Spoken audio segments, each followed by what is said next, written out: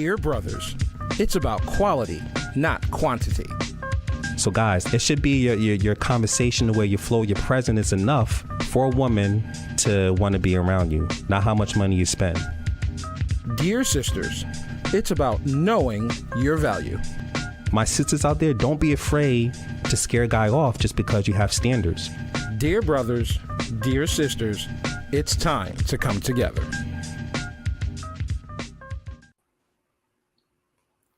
Hey, beautiful. Hey, gorgeous. How are you? Girl, listen, trying to have a good Sunday. How are you? I am well, thank you. I'm loving it. I'm loving to hear it. So look, you and I, and some of the other queens that we're going to have out shortly, we have been talking about this show for quite some time. Mm-hmm. I think we're good and ready to bring this show to our DBDS family. But before we do, I need to know how you've been. It's been a while since our last takeover. Like, it's been a minute. It definitely has. And it is definitely like long overdue. That not only that we get to catch up, but that like there's so many subject matters that have been out here floating around. Like, I'm super excited about the fact that like we get to like touch on something like really hot. Yes, but hot tea. Yeah, piping. Yes, ma'am. Yes. But listen, like, so what all has been going on with you, sis? Look, too much, okay? But I have to say, what better platform though to talk about current events, talk about something that's relevant that everybody's talking about anyway. You know what I'm saying? In the DBDS live, like this is the best platform for what we're going to discuss tonight. But as far as Tima, girl, I got so much going on. Good, not so great, and then like, you know, somewhere in between, it's gonna be okay. And Lord help me out, you know. But life is good. I really have no complaints. We got a new book coming out. Yes, the Diamond Writers are working on their first publication, and we are super excited about that. So that'll be dropping in April of 2024. So just grinding and working hard as a publisher and an indie artist, and I'm indie author. I'm not an artist, indie author, and all the things, and of course motherhood, and you know my career in tech. So I'm just a little bit all over, but I'm in a really good place. I have zero complaints whatsoever. Like real talk, like none, like none. But awesome. Yes, ma'am. Tonight, we are here to accomplish one thing and one thing only, and that is to take over the DBDS platform. But before we do, of course, we have to send love to our big brothers, Mel and Carl, the accountability coach, for this amazing platform and for all the work that they're doing to make love and relationships and loyalty dope again. These are two relationship influencers that I can actually get behind. You know what I'm saying? There's a lot of influencers out here that's talking out the side of their neck, that's talking, you know, trendy, cliche. They're saying what people want to hear. They're picking sides. They're creating gender wars, but they're really not solutioning. This is a platform dedicated to solutioning and improving and restoring and reconciling and all the adjectives that fall under doing good things and good work. And so we are honored to be able to serve the DBDS family in this way and to take over for a couple of hours. I hope y'all are okay with that. Before we introduce our topics, my co-host tonight, Miaka, is going to dive into that, but I just want to set some ground rules, lay down some housekeeping rules. Y'all, as you know, we always welcome your comments. We welcome them respectfully. Even if you got to sign it respectfully. We want your comments respectful. If you disagree, that's totally fine. We don't want the same mindset. We don't want the same perspective. We want diversity in thought. However, we want it to be done respectfully. Because let me let you know, Miaka and I can go there with you, okay? But we're not going to. We're going to keep it cute. And you should keep it mute if you don't have nothing nice to say. Oh, so, okay. Look, since I'm trying to help them out. So again, we welcome your comments. We want to engage with you. We want to answer your questions. We want to hear your feedback on the topic, but we want it to be respectful. So please do that. Last thing, share this live. Won't take a minute. Don't take with my water bottle. Mia, we got a second. Let's give them a second to share the live. Okay. Listen, this beat's so groovy. It's like you and your vibe. Oh, give them the vocals, sis. Go and bless them with the vocals. Yes. Just a little bit while they share this live. Hey. Want to turn up. Hey. That was a vibe moment. So vibe check with y'all. Make sure that you share this live. If you know someone that can benefit from what's happening at DBDS, make sure that you invite them, tag them in the comments, put this on your YouTube, put it on your Instagram, wherever. Just share it. Text it out. Get people in here. You don't want to miss this show. All right, sis. Please let the people know what we're chatting about tonight. What we talking about? Well, tonight we have a combo of things, but we're gonna take it step by step, subject matter by subject matter. But we're gonna start this thing off talking about women making young women decisions as grown women. Pause for reaction. Bit of premature ejection. Listen, y'all gonna have to stay tuned to see the rest. That's it. Well, don't give them too much. Give them just enough. Okay, those are just two. A little sampler plate. Boop, boop. Those are just two of the topics that we have in store for you that fall under the umbrella of spinning the block. Because that's what they out here doing. That's what they out here doing. They out here spinning the block. So that's what we're going to talk about. We have two dope guests with us tonight. So we're going to bring them out, allow them to introduce themselves. And then we're going to dive into this topic and dive into these subtopics, dive into these comments. We're going to do the damn thing. So for the next 2 hours, we stick it off, okay? Stick with us. First, we got someone who is definitely not new to the DBDS family. The professor has been here time and time again, blessing us with wisdom, getting us all the way together with our feminine energy, helping us to shift and change our mindset. Yes. Where is the professor, aka Tanisha Levon of Evolve University and the Divine Feminine? Hey, beautiful. Hey. Welcome, love y'all. We love you too.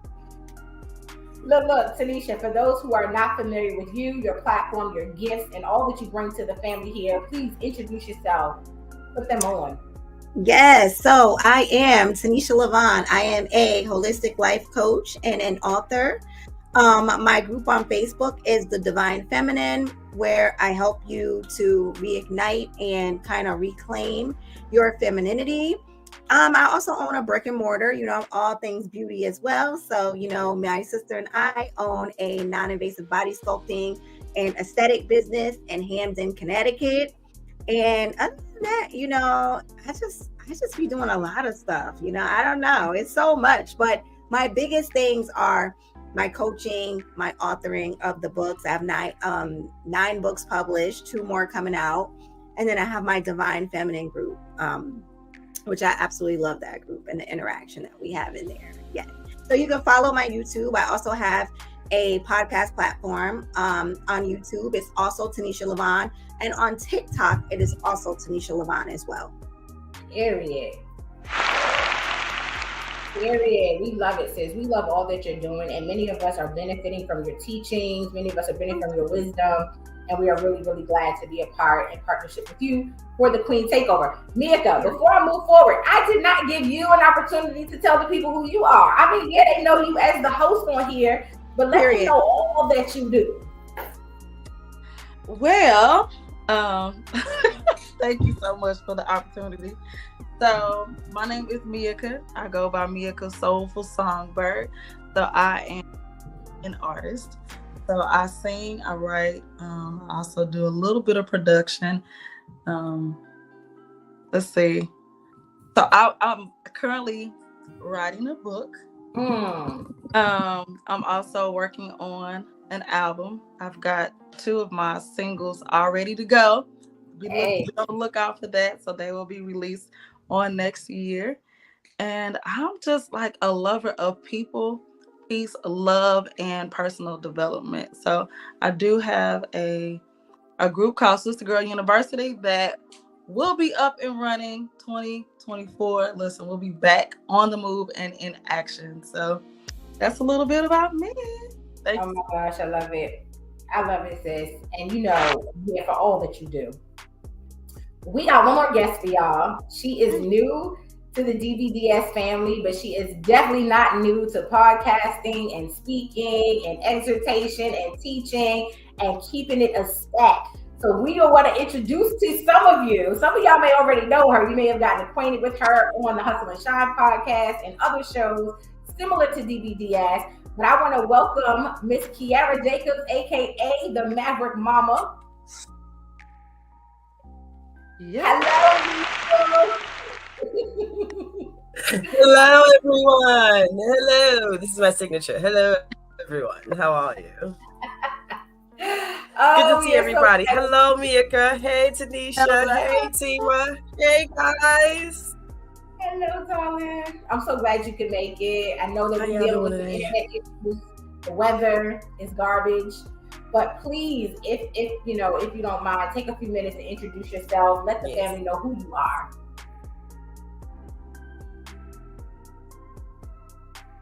Well, hello, everyone out there in the interweb.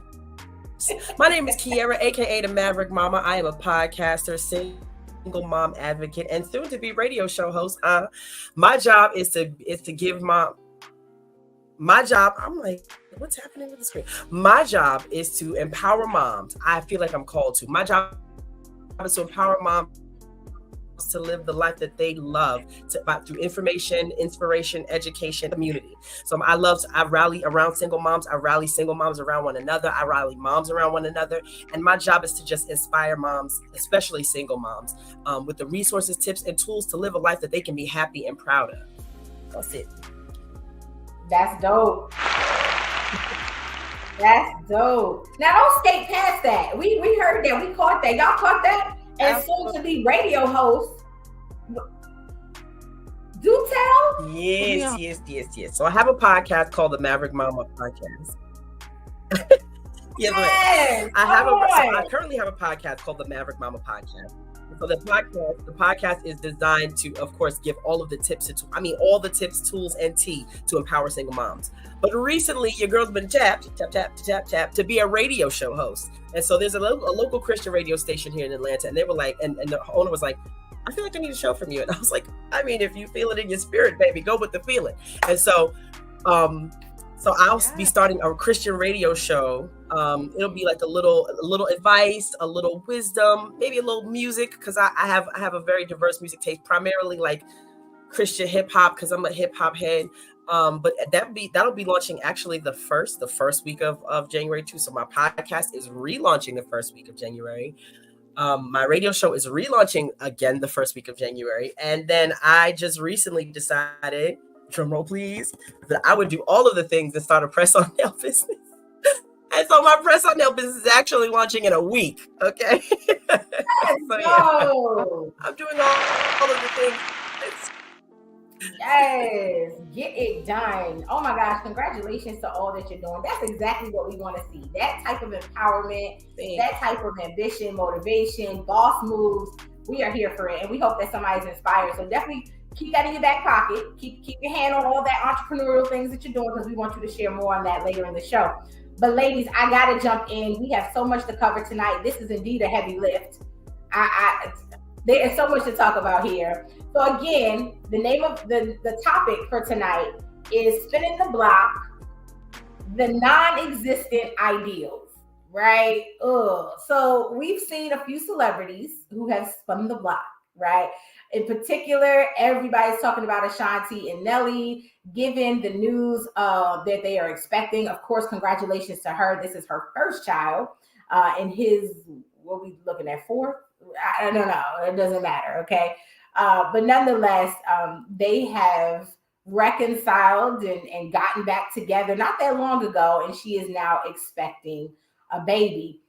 There's a lot of people who have an opinion on it, including us, but one in particular, I want to play this clip, and this is what we're going to discuss in a moment.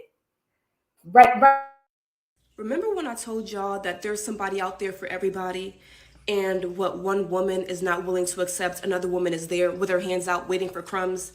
that's exactly the situation that reminds me of this whole Nelly and Ashanti relationship, right? He was with that other woman for nearly a decade. And she went on that show and she said, I don't want to be just a baby mama. I want to be a wife. Like, I want it to be love, marriage, baby, and in that order. And in that order. And we don't know why they broke up, or at least I don't know why they broke up. And now he's rebounding with Ashanti, and let's just call it what it is. It's a rebound, sis. Like, it's a rebound. I hate to see Ashanti going out bad like this, because honestly, when I saw that she was pregnant, in my head, I said, yikes.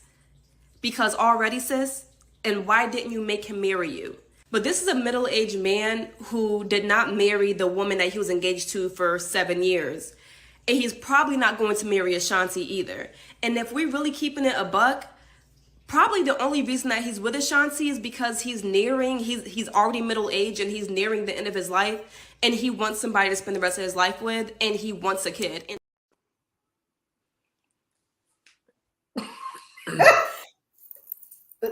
Listen, I know we got a lot to say. I'm gonna come to y'all first, and then I'll comment on the back end. But I'm coming to you first, Tanisha, because I saw your face, sis. Let's just first talk about them spinning the block. Like, what's your take on that? What's your opinion on that? And then what's your comments on this young lady? First of all, I don't even think she's qualified and old enough, but whatever. Tanisha, please let us know what you think is this. Y'all, I had to unmute. Okay, so thank you, Nasima. But okay, so one, I agree with you. I don't think she's old enough to even speak on this matter, to even understand. Now, my idea on spinning the block, I don't have a problem with spinning the block because I have spent the block. Okay, it depends on who it's for. You could spin the block for who it's for. Okay, so I've definitely spent the block. I've spent the block a couple times for the same person. What I will say though is her take on it, I'm not completely sold on.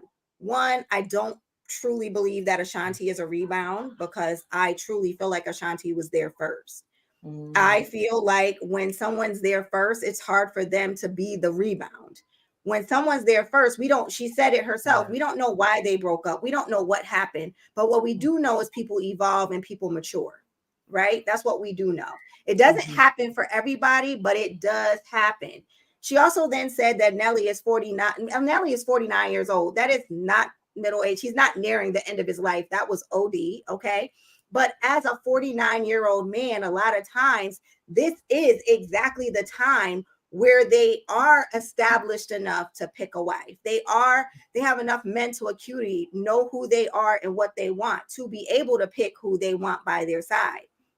As far as Ashanti, I said yikes when I found out she was pregnant at 43 years old, because 43, I mean, for me, is just starting a little bit on the back end. You're going to have a little bit more complications, a little more doctor's appointments, things like that, just because you're higher risk at that age. But I also feel like it's now or never for her. Like, if she is going to have a child and she's pregnant now, she might as well just go through with it. As far as her saying she needed to make him marry her, she didn't make him marry her. You can't make a man marry you. That's number one. That is the most ignorant statement I've ever heard on God's side of creation. She should have made him marry her. That sounded crazy.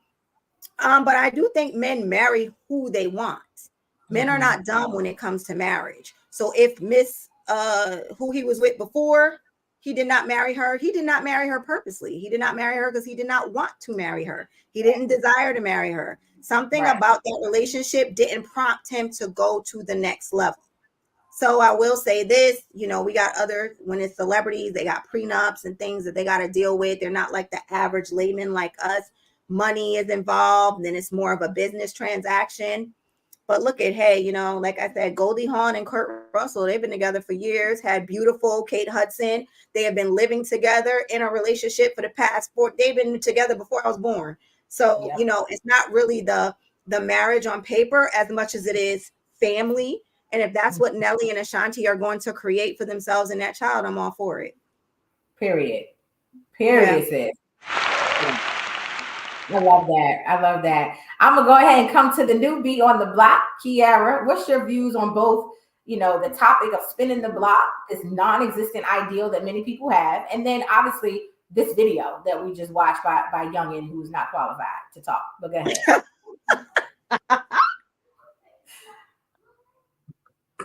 So I'm gonna take it. I'm gonna take it in the order you gave it to me. So in terms of spinning the block, I am a little on the fence with spinning the block because every time I spin the block, I lose a tire. So I don't know about the spinning the block situation. I'm still on the fence with that. Tanisha, the fact that you have had success in spinning the block, I need you to tell me how to spin the block and not lose a tire every time. Okay, we gonna talk offline about your particular set of skills, so I can be like you when I grow up. My thing is though, if the love is authentically there, right? If the love is authentically there, because I remember Nelly and Ashanti back in the day. I remember, no matter what I do, like I remember that. I remember Stripe Under the Eye Nelly, and problem was Ashanti was like trying to get to the bag. Ashanti was like, I just got here. I got bread to make. I'm not ready for what you're ready for. So Nelly actually, she was the one who got away. If we want to keep it a stack, Ashanti was the one who got away. And everybody knows that the one who gets away always has a space to come back. And so Nelly, when Nelly realized, hey, Nelly been at the double dutch rope for the last 20 years. He was just waiting. Nelly was waiting to get that rope for 20 years. And when he realized Ashanti was ready, that boy jumped in. That boy jumped in that thing and said, I'm here. I'm here to stay. Because she was the one who got away. Yep. And so now my thing is, Ashanti, 43 is a little late in the game to be making babies as a woman in her 40s. Now I tell my friends all the time, if I got married, I got one more in the chamber for the man of God. If I get married, but he need to show up in the next year because don't nobody want to be in the stirrups at 47. However, when you got the money that Ashanti and Nelly got, you can live life in the stirrups, okay? You could create an island called Stirrups and live there. So they can do whatever they want to do because they have the money to be able to do the things they need to do. Yeah. Period. Now in reference to this young lady, I struggle with her perception, one, because she is young. First of all, young people who call people in their 40s old, I'm just like, girl, one day you gonna have stretch marks like the rest of us, sis. Calm down. You ain't gonna always be high and tight. You talking loud, real loud for somebody whose situations ain't gonna be north of the equator in 10 years, unless you go to Turkey. Anyway, but also this giving men ultimatums, right? This you gonna do what I say, do you should have made him marry you. You can't make a man do nothing but you can't make a black man do nothing but stay black. Okay, that's it. Like my mom used to say, the only thing I can do is stay black and die. You can't do nothing. You can't make anybody do anything that they do not want to do. Nope. The fact that he didn't marry the young lady that he was with for 10 years, and the fact that she stayed in that position that long, accepting the fact that man wouldn't marry her, is not an indictment on his inability to marry her or his desire to not marry her. It's more of an indictment on her sticking in a position she thought was going to be beneficial to her. She thought she was going to marry into some money and be well off, and she was willing to do whatever for the bag. Baby, that's the you issue. That's not a him issue. And I'm not blaming women because I'm not team quote unquote. I'm not like, oh my gosh. I got a good 2 years in me before I go, hey girl, you don't want to ride this train. Yeah. This is like boys said, this is the end of the road. Yeah. Go and find what you're looking for, because you ain't finna take all my good childbearing years playing in my face. Yep. We cool. And we are cool. Like there's no hard feelings, but I recognize that I am not the one that you want. So I'm gonna get out of the way for the one that you actually want. But the fact that Shorty stayed there for 10 years is more an indictment on her than him. Yeah. Because what that's you good. Oh, okay. Come on, bust it wide open, newbie. Let's go. Listen, and you said something so key that we're actually going to talk about later. Is if a man says something, believe him. Like when a man says something, believe him. And I'm not just speaking verbal, but when his actions say something, you should believe him. Because 7 years, and you've just been engaged for 7 years. The engagement was to keep you happy, keep you close, keep you here. But there was no intent of a wedding and a marriage and all the things. So Mika, I'm gonna come to you. Same questions. Like, first off, spinning the block, non-existent ideals, and then this video. Obviously, let's address this video. So like, I have spent the block. Amen. And I think it's so funny that we're even talking about this right now. Listen, we won't give no stuff away. We're gonna keep the private life private. But I think that whenever, like, some things have to do with timing, right? Because sometimes you may meet your person, right? But it may not be the right season for you all to come together for the perfection that you'll be walking into, right? Yeah. It's okay to like meet somebody and you be like, oh my God, this is great. And sometimes people have to mature into what will be greater for an us to exist. So I think spinning the block, as long as things are evaluated, you can assess whether or not the fruit is being chosen in its season, makes all the difference in the world, because any fruit that's chosen outside of its particular season will not be sweet to the taste. I think choosing in the right season is cool. Get into this video with this young lady.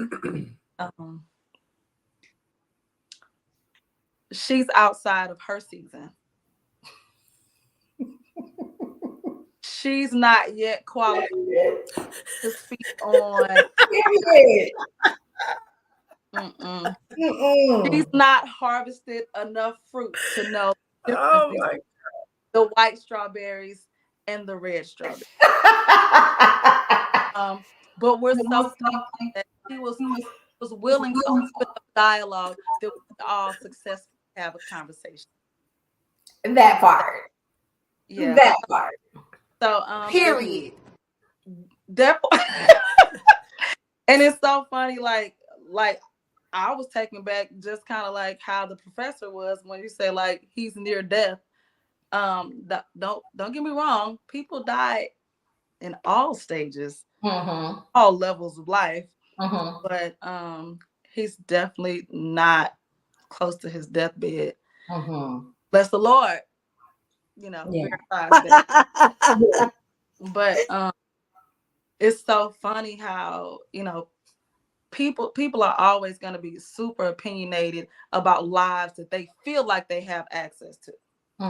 And because these people, are in the limelight and we're able to view small segments of their lives, people feel like they can be like, oh my God. But truth is, we don't really know all the depths, all the layers to their relationship. Right.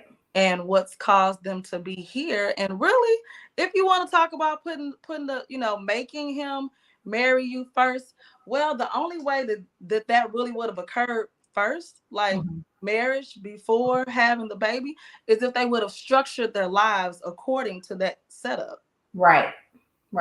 And like, let's be honest, like, if we're really gonna talk real good about it, then let's stop giving up the cookies and baking cookies before we get married. But see, we don't want to do that. Period. We want to smash and grab and then expect to get that bag. The real structure it was never designed that way.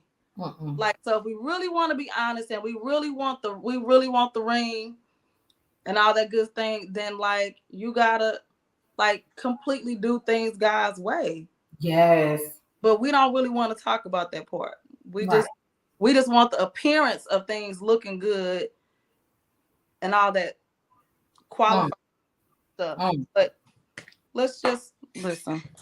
I could go on around about this all day because people get on my nerves with that kind of that kind of stuff, because we're really living outside of like the divine structure of how things were really created, but then we still want God results.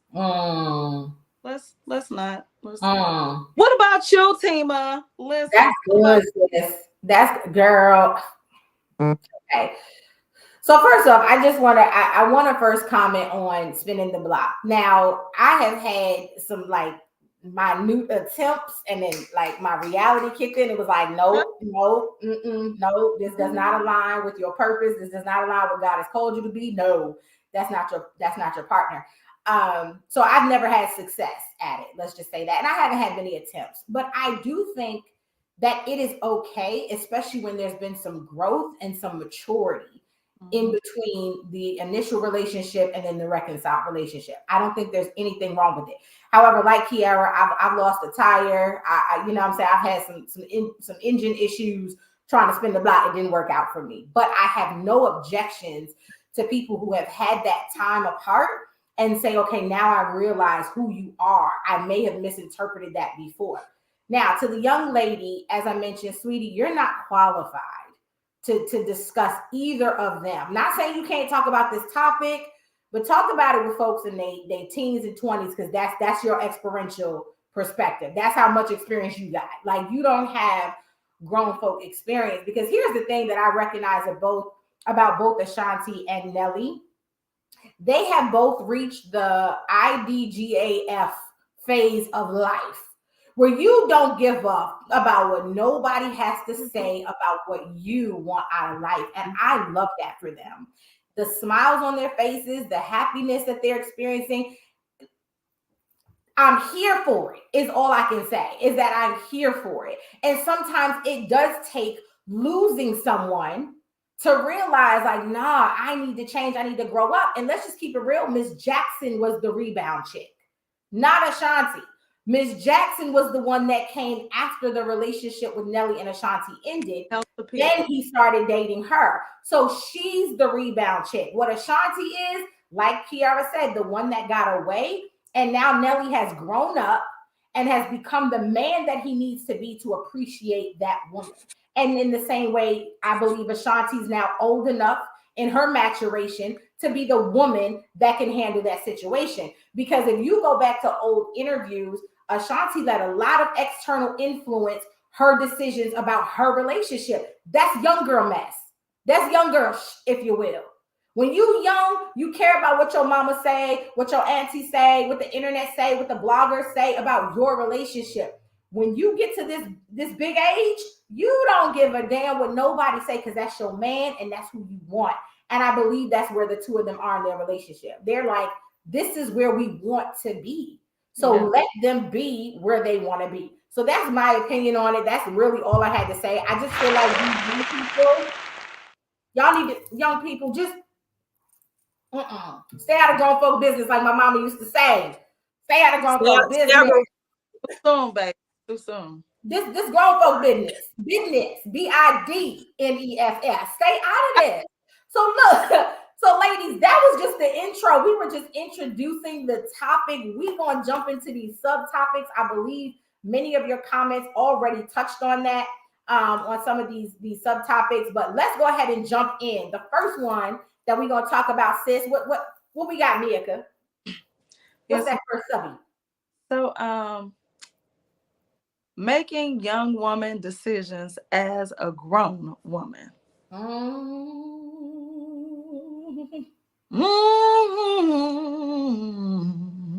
Yeah. Oh my. Ooh, look, we all got the face. Everyone. I don't even know who the question first. Oh, okay. I'm gonna actually come to you first, Mika, because I feel like as the host, we need to hear from you first. What you think about this? Well, the thing is, sometimes you say, well, been there, done that, right? Mm-hmm. But sometimes I believe that we get caught in certain cycles of like repeating the same things, not realizing or not learning from the lessons that we've already experienced. Come on. When you don't apply Mm-hmm. the lessons that you've learned, you repeat them. Yeah. And I know that, sometimes people have just not experienced certain things Mm-hmm. yet. Um, but utilizing wisdom and just not doing the same things over and over. I mean, and the truth is, like, the definition of insanity is doing the same thing, like expecting different results. Mm-hmm. And there just comes a time in your life, like just as a woman, as an individual, period, where you have to say, you know what? I'm not gonna keep doing this. Mm-hmm. And you, especially like when you're dealing with another person, and you Mm-hmm. keep going through it, and it's like, you know what comes next. You know how they're gonna respond. You know how they're gonna react in a situation. And like I must say for myself, I had to learn that the only way that this will change is if I change. Mm-hmm. So me changing will change the dynamics of that which I'm facing. Mm-hmm. And so when you're willing to apply that wisdom and things change, like, be okay with the change that comes as a result, because that's going to lead you to the health and Yeah. the wealth in your life that you really want, instead of like trying to make something, like trying to make two times two equal 42. It never will. Mm-hmm. Never will. So listen, that's my take. That's my take on that one. No, appreciate it. And I want to preface by saying the reason this was an interesting topic for us, because so many people feel like Ashanti, as a grown woman or in this big age, is making a young woman decision by having a baby before marriage. And I just personally disagree with that. I think, like Kiara said, she has the resources. She has the village. To me, this is the time to do it. Whereas young women who do it, that is not the best way to do it, because we don't have that stability, we don't have that maturation, we don't have that wisdom. And so I completely disagree with people saying that she's making a young woman decision now as a grown woman as it relates to this relationship. So I'm gonna come to you, Kiara.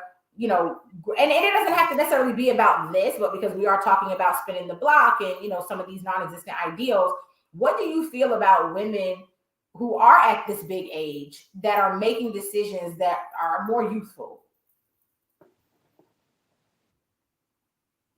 I mean, that could be said of me, right? Like, so I showed up on here at my very big age of 42 with blue hair, and guess who cares about what anybody got to say about it? Listen. So it depends. I think it depends on the situation, right? Yeah. I think it absolutely depends on the situation. I had to check somebody's mama in Walmart, somebody's grandmama in Walmart about a month and a half ago. Was it a month and a half ago? Probably a little long. Anyway, I was in the Walmart with my child. Now, I am a woman of a particular age, but I still got little people, right? Like, I got a teenager, a big teenager. I thought I was going to be a one and done kind of mama. And then somebody's son decided they was going to put 2 more babies in me. So I got 2 little people, right? I got an 8-year-old and I got a 6-year-old, and I'm in my 40s.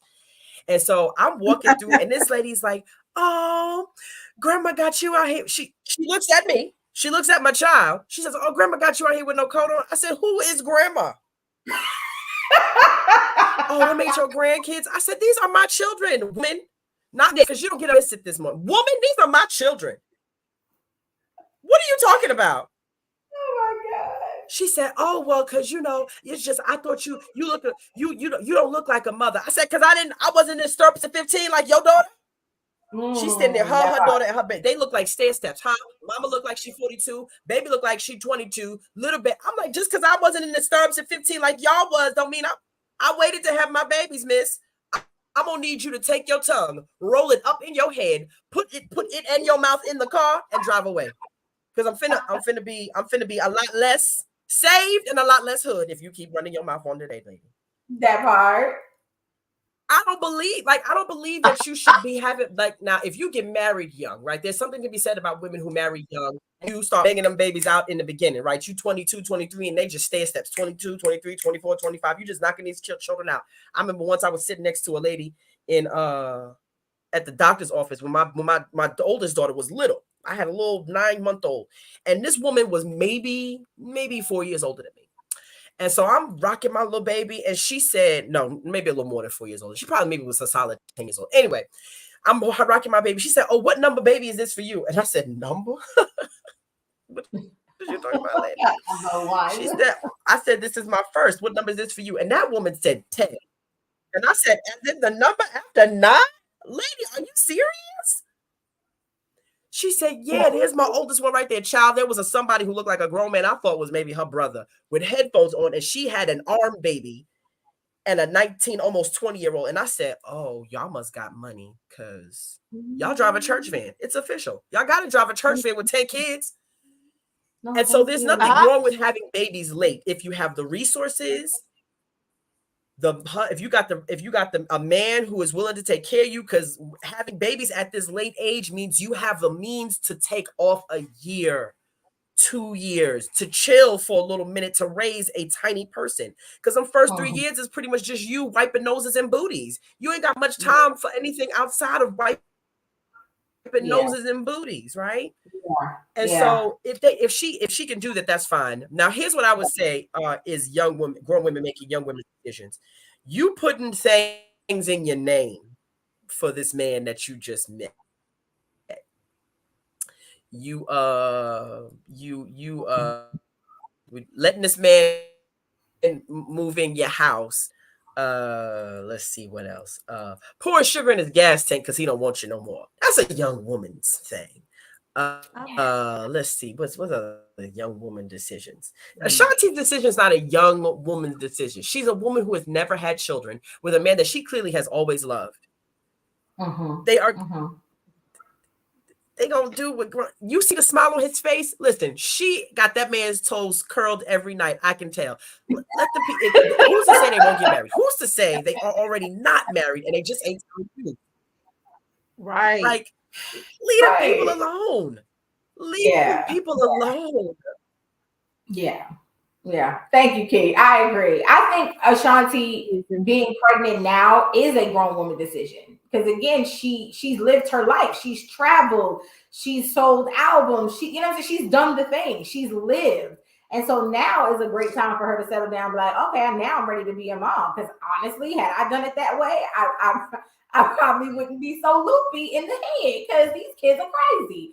So yeah, no, I like the way she's doing it. Like, I've lived my life. I've gotten through my 20s and 30s, and I'm ready now to be somebody's mama, because that's actually how we all should have done it, in my opinion. I can't speak for everybody.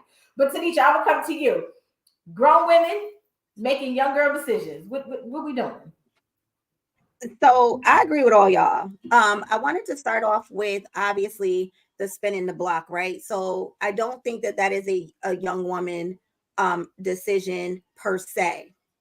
I will say that spinning the block can seem like a young woman decision because that is more what young women do, but it really depends on the maturation, the personal development of the people, and whether it also depends on what made you break up in the first place. Because a lot of times people break up and it wasn't even real. Like, it wasn't anything that was detrimental to the relationship. It was more like our schedules didn't align. We never spent a lot of time together. I was traveling, you were over here, and then we just kind of disconnected. And there's other reasons where you break up and there is a distinct reason why you broke up, and you need to know that reason is fixed before you go back, right? So there's tiers to it.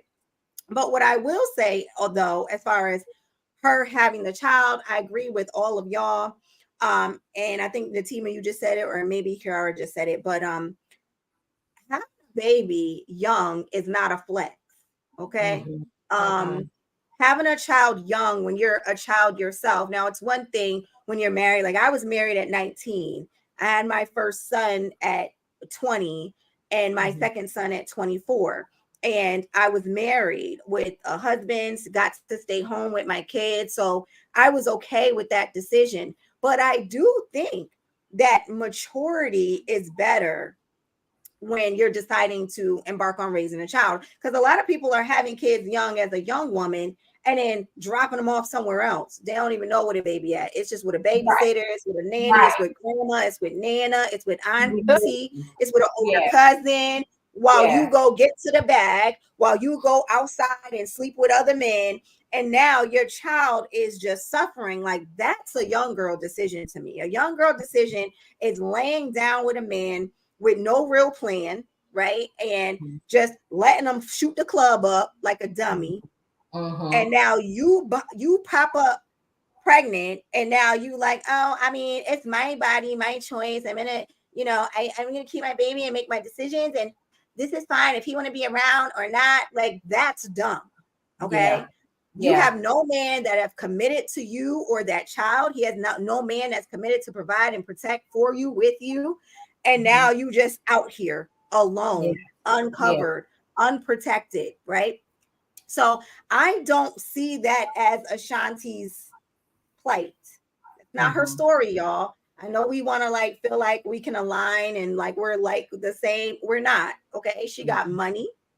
She got a man that literally the moment he found out he was pregnant, he just bought her a 9,000 square foot mansion.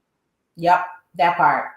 So, clearly she's doing something different than we're doing, and she got a different man than most of y'all got. So we, the last people that should be talking when we don't have the situation like that. Now, had we had the situation like that, our decisions might be a little different too. That's all I'm saying.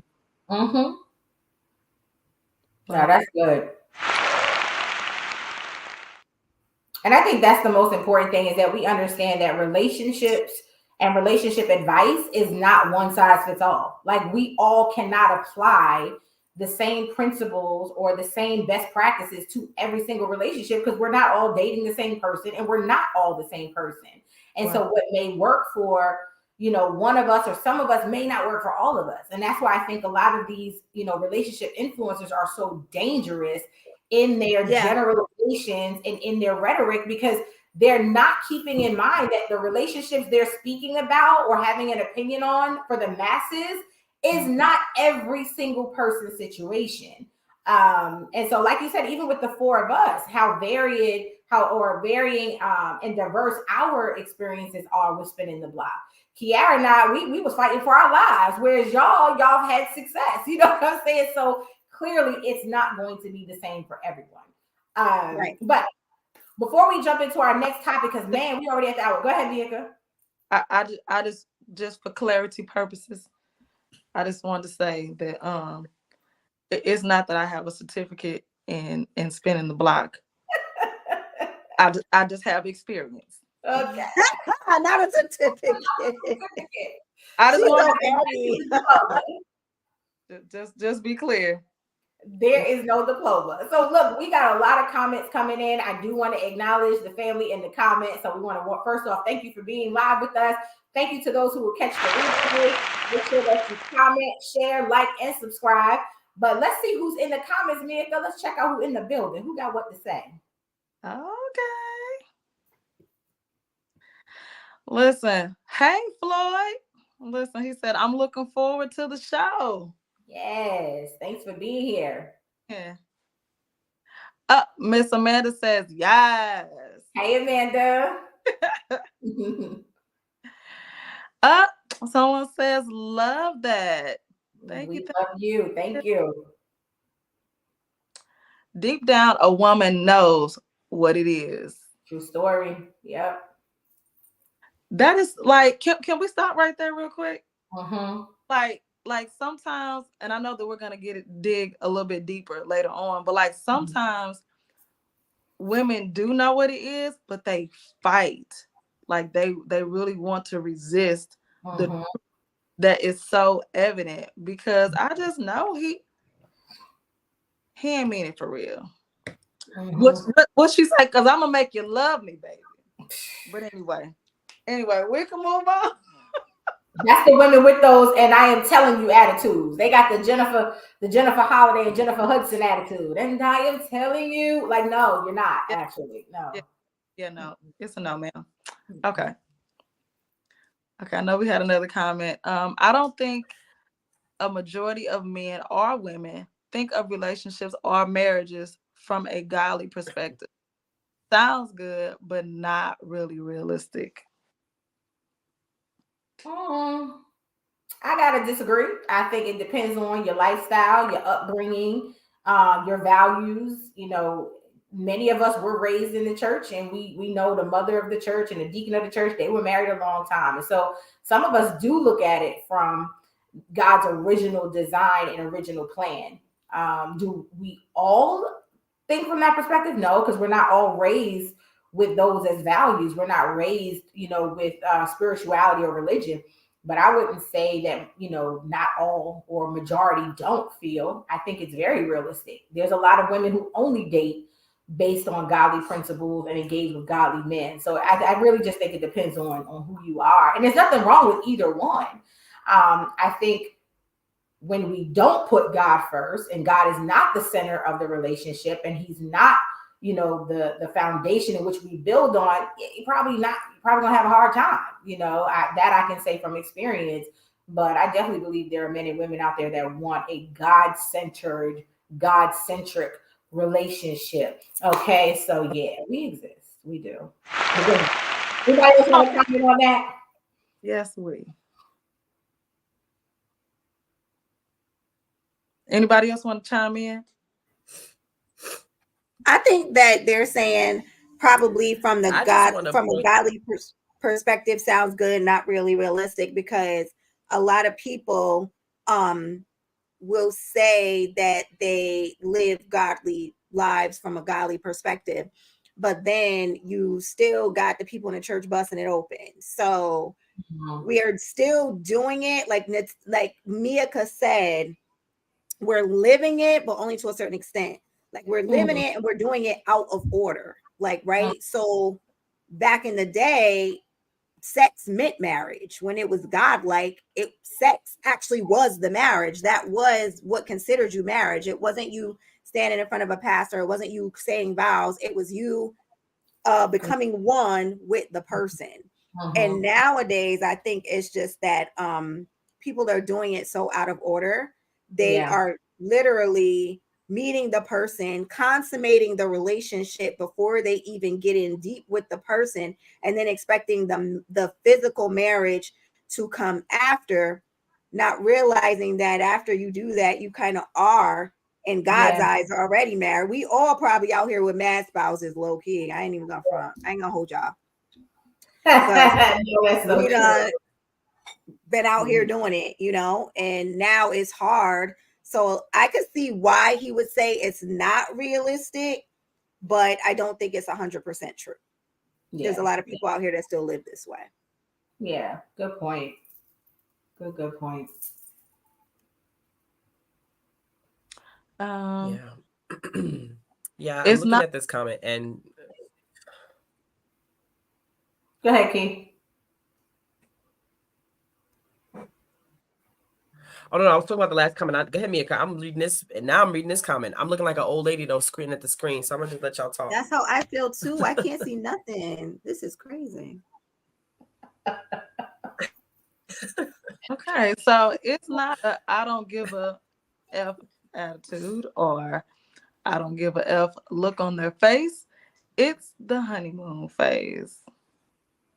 Oh, no. Let me clarify what I meant. I meant by they no longer are concerned about what others think about their relationship. Whereas their first relationship, they both were extremely influenced by immediate opinion of them. So that's what I meant. I agree. This is definitely the honeymoon phase. They are really enjoying each other. They're getting back to a place of building. But what I meant was different for the two of them now is they're not concerned with what others think or say or feel about their relationship. And honestly, as an adult, all of us reach that level in life, that ADGAF level. You're going to hit that at some point. Some do it in their late 30s, some don't do it till their mid 40s, but you're going to get there where you literally do not care what anyone thinks, says, feels, their opinions, the way the wind blows, how much chicken costs. Like, you just don't care. It's about none of it. You're prioritizing you. So that's what I meant by that. Sorry if I confused anyone. Yeah, well, I just want to piggyback just a little bit, like, because I don't think that it's necessarily like just a honeymoon phase. When I think of honeymoon phase, I think of something that's really like a part of a cycle that's going to end up um going kind of south. Mm. And it doesn't, if that was the thought process, because I understand that people have their own definitions for things, but that was the thing that came to my mind when I read honeymoon phase. Mm.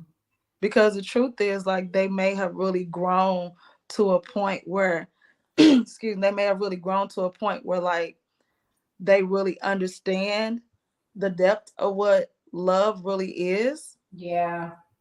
And so now I not just look at you or want to experience you because you fine and you mine. Like, I want to I want to experience you in a way that like we're really cultivating one another. We understand one another, we respect one another. And like I really choose you because of who you are and not just because of surface value things. So that's Good. No, that's good. That's good. So we got one more comment, and then we are going to break for commercial before we jump back into the next topic. So I think we got one more comment. okay. So, Mika, those were some good points. Choosing in the right season is so important, and also knowing that what you have done in the past has not worked, and you are willing to do it the correct way. Thank you, sir. Thank you, DBDS. I applaud you, Queens. It's about time our sisters tell the truth about our sisters making bad decisions and then not hiding themselves, holding themselves, accountability. This is the gospel truth, and it's sad that things are this way, where some may miss out on good men and not realize that it may be due to past trauma. True. True story. True. I think that oftentimes there are not enough seasoned women to help the younger women navigate through the decisions of life they need to make. So very true. Yes, that's it. Yeah. That is so true. Well, we thank you all for your comments. Please stick with us. We have another half of the show for you, but right now it is time for a commercial break.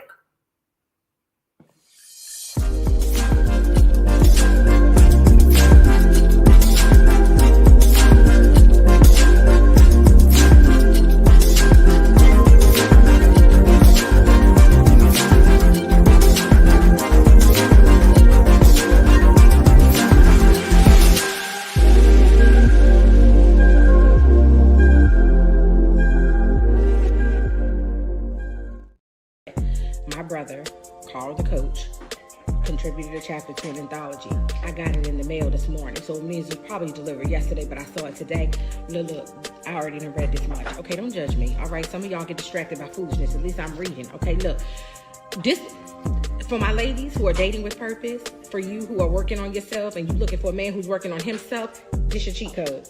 This your book right here. You need this book right here. When I tell you they giving us all the goods, they spilling all the tea in this book. They telling us how to love them, how to respect them, how to be their peace, how to be their safe space.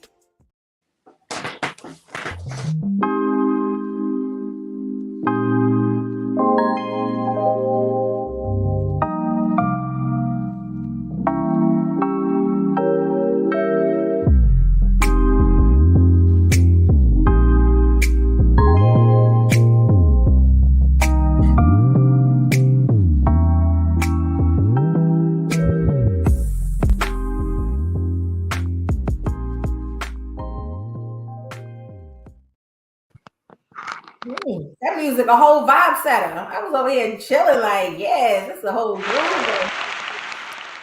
All right, we love it. We love it. So we are back. Mika, we still have 3 more topics to get to. Let's pray that we can get through them. Okay. Okay. What is our next topic, sis?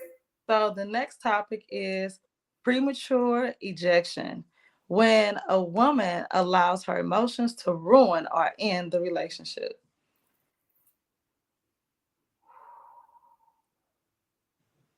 Well, Okay. All we're right, taking we it out on here now, ain't it? Right.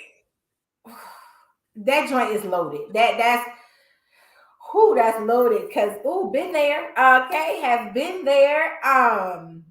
Yup. So yeah, I know it's possible. And the reference for this particular subtopic is definitely "We Love You, Sis," but Miss Tia Mowry. Oh, pumpkin. Oh, pumpkin. Yeah, this one is definitely a result of your behavior and actions. When it comes to spinning the block, because we kind of saw this a year ago. Actually, your husband saw a year ago that you were making an emotional decision by filing for divorce and ending your what were they married? 12 years. At How long least were they 10 married? years. Like 10-year marriage based on emotions. And he said it in his Instagram post. He was very thorough and confirming, and he stood on. What's the saying now? He was standing on business that she was being emotional. You're right, and that was an emotional decision. And so, ladies, this is nothing new, right? Many of us make emotionally charged decisions in our relationship. Those of you who go through your man's phone, instead of listening to the discernment and the intuition in your gut telling you to confront him, you go through his phone. That is an emotionally, charged decision. Or women who will start an argument based on an insecurity and then say it's intuition. No, see, that's emotionally charged decisions. But let's talk about it, ladies, from the standpoint of premature ejection from the relationship, whether they break up with the person, file for divorce, whatever the outcome and scenario. I want to spend some time talking about this. And we know the issue, right? We know the problem. So let's not just talk about the problem, but what's the solution? Like, how can women regulate their emotions better in relationships so that they're not letting go of good men, decent men, whatever level or caliber he fall under? What's the one everybody looking at? High value man. How can we help the women? So let's discuss the issue on how this happens and what prompts this. But let's also provide some solution, like what you need to do differently so that this is not a pattern of yours. So I'm gonna come to you first, Tanisha. Okay, so I've delved into this topic quite a few times as far as with Tia, but Tia is just an example of a lot that happens with masses of women, right? So as it relates to Tia, from what I see with her, with that situation, it was definitely a premature ejaculation. So ejection. I was like, oh. Same thing, okay? Neither one is good. Okay, so let's get back on task. But, so I found that a lot of women, when they get to that mid-age of 30-something, it happens to all of us. It is literally like a premenopausal state that happens to all of us where we are discontent. It is an emotional menopause. Like, so we have a physical menopause, but then you have an emotional one where you just feel unfulfilled. You feel not the same. Your body is changing. Your mind is changing. You go from caring what people think to, oh God, this is what people think, to not caring what people think. But that happens at the end. What happens with that is your emotions tell you you're not happy here. You're not happy with him, when in reality, you're not happy, period. Right? So in your mind, you're thinking that it's attached to the marriage because the marriage is attached to you, but it's not. It's literally you. So let me give you an example. So right now, this is December. I hate this time of the year, right? Y'all lucky I'm up here because I have seasonal affective disorder. I have the symptoms of it. I cannot stand when September hits. I am a different person toward the end of September, all the way until about January 28th. I even know the date. What do I do at this point? I start taking vitamins. I start drinking more water. I start drinking more wine. I start doing everything because I know that my husband, the smallest things that he do are going to get on my nerves. And I'm going to feel unfulfilled. I'm going to feel discontented. I already know that though. So I know that this is not the time for me to talk about anything serious, no serious emotional issues, because I'm going to jump off the ledge, right? But when we hit that phase as women, sometimes we don't know that we're in it. It is honestly a lack of, I don't want to say self-awareness, but it's a lack of where we are mentally and emotionally. It's a lack of knowing where we are. Told herself, I'm going to get outside and everything's going to be better. All my problems are going to be over. Only for you to get rid of that good man you had, the problems you have, the discontentment, the unfulfillment. We could tell just by the attention she needs from social media. It's crazy at this point. We can tell that. And now here you go. Oh, wait, she got outside and she effed around and found out that the streets wanted to throw her back home because sis, you're new here. No, you were outside and outside said, you're new here. Okay, sit down while we teach you a little lesson because now you done left. You got what was being presented to you every day on a plate. Now you got outside and had to starve for it. Yep. Now, in your mind, I want to spin the block. I had a wonderful husband, and honestly, in my opinion, sidebar, this is not about the solution, but I think he should make her. She need to if he get back with her, she need to issue him a public apology, just like she went on that public tour. I'm sorry. Period. He need to make her squirm just a little bit because this is what I have found in relationships, especially with things like that with women, is if you don't value what you had, you feel like it was a set, or you feel like it wasn't right to begin with, it's very rare. It seems like to me, Tia felt like she could do better. That's the bottom line. And she got out there and realized that better wasn't available for her. So I worry that if they go back together, she's still going to have that feeling that I can do better. Unless he makes her squirm a little bit. That's That's good. Yeah, that's good. That's so good. And I have to jump in and agree with you that I think it was a lack of self-awareness. I said you mentioned you don't believe that's what it was. I think that's exactly what it was. A lack of self-awareness and not being acquainted with what the world looks like beyond your marriage. Because of how, good or bad her marriage was, somewhere in her mind, she told herself, if it's like this here, there's probably something better out there. Because really that feeling of discontent and that unfulfillment, that's a you thing. And we can see it in all her social media posts. We see it in all her videos, this need for validation and attention and this need for confirmation of who she is.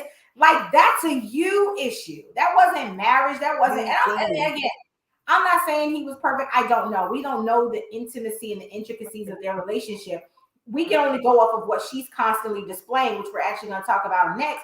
But the way she's representing herself, there's something in you there's a void. There's emptiness inside. And you thought the marriage would fulfill it. You thought motherhood would fulfill it. You thought fame and social media clout would fulfill it. And guess what? You're still feeling empty. And this is why you're now spinning the block with your own husband. But listen, I'm here for it. If a recycled husband works for you, sis, go for it. But she also needs to, like you said, your apology needs to be as loud as your disrespect. And again, we're going to talk about that in a minute. But I'm going to come to you, Kiara. In terms of premature ejection from a relationship, allowing our emotions to really ruin what we were building or what we built, and then eventually lead us to end the relationship. So I'm going, of course, amen, you and Tanisha, in that one of my favorite theologians, I'm a Bible bumper in case nobody got that. I love the Bible. One of my favorite theologians said, your repentance need be as notorious as your sin. You went on a full-fledged tour, right, sis? You went on The View. You went on Jennifer Hudson's show. Jennifer. You went on everybody and their mama's TV show talking about how you graduated from this marriage. I don't know how you graduate from a marriage. So you graduated from the marriage, right? And now you're back. So did you fail the next level after the marriage? I don't understand what's happening. The How does second it thing work? is, somebody give me the rules, because clearly I don't have them. Okay, I need the updated memo with all addendums added. Thank you, please. So with that being said, when she distraction is an opium of the masses. To touch on what you said, Miss Tanisha, when you said it's a lack of self-awareness. I talk to a lot of young ladies about this kind of strategizing. You see the way you laid out the strategy you have for this time of year. You have to know yourself in order to strategize in that way so that you can combat the negative parts of yourself that could capsize your life. And we don't do that enough. We don't sit with ourselves long enough to know ourselves, good and bad, because we only want to hear the good stuff about ourselves. You are wonderful. You are fabulous. You are marvelous. You are amazing. You are also rude and unkind and nasty. And sometimes your breath stinks. You need to hear all of the things, right? You need to hear all of it.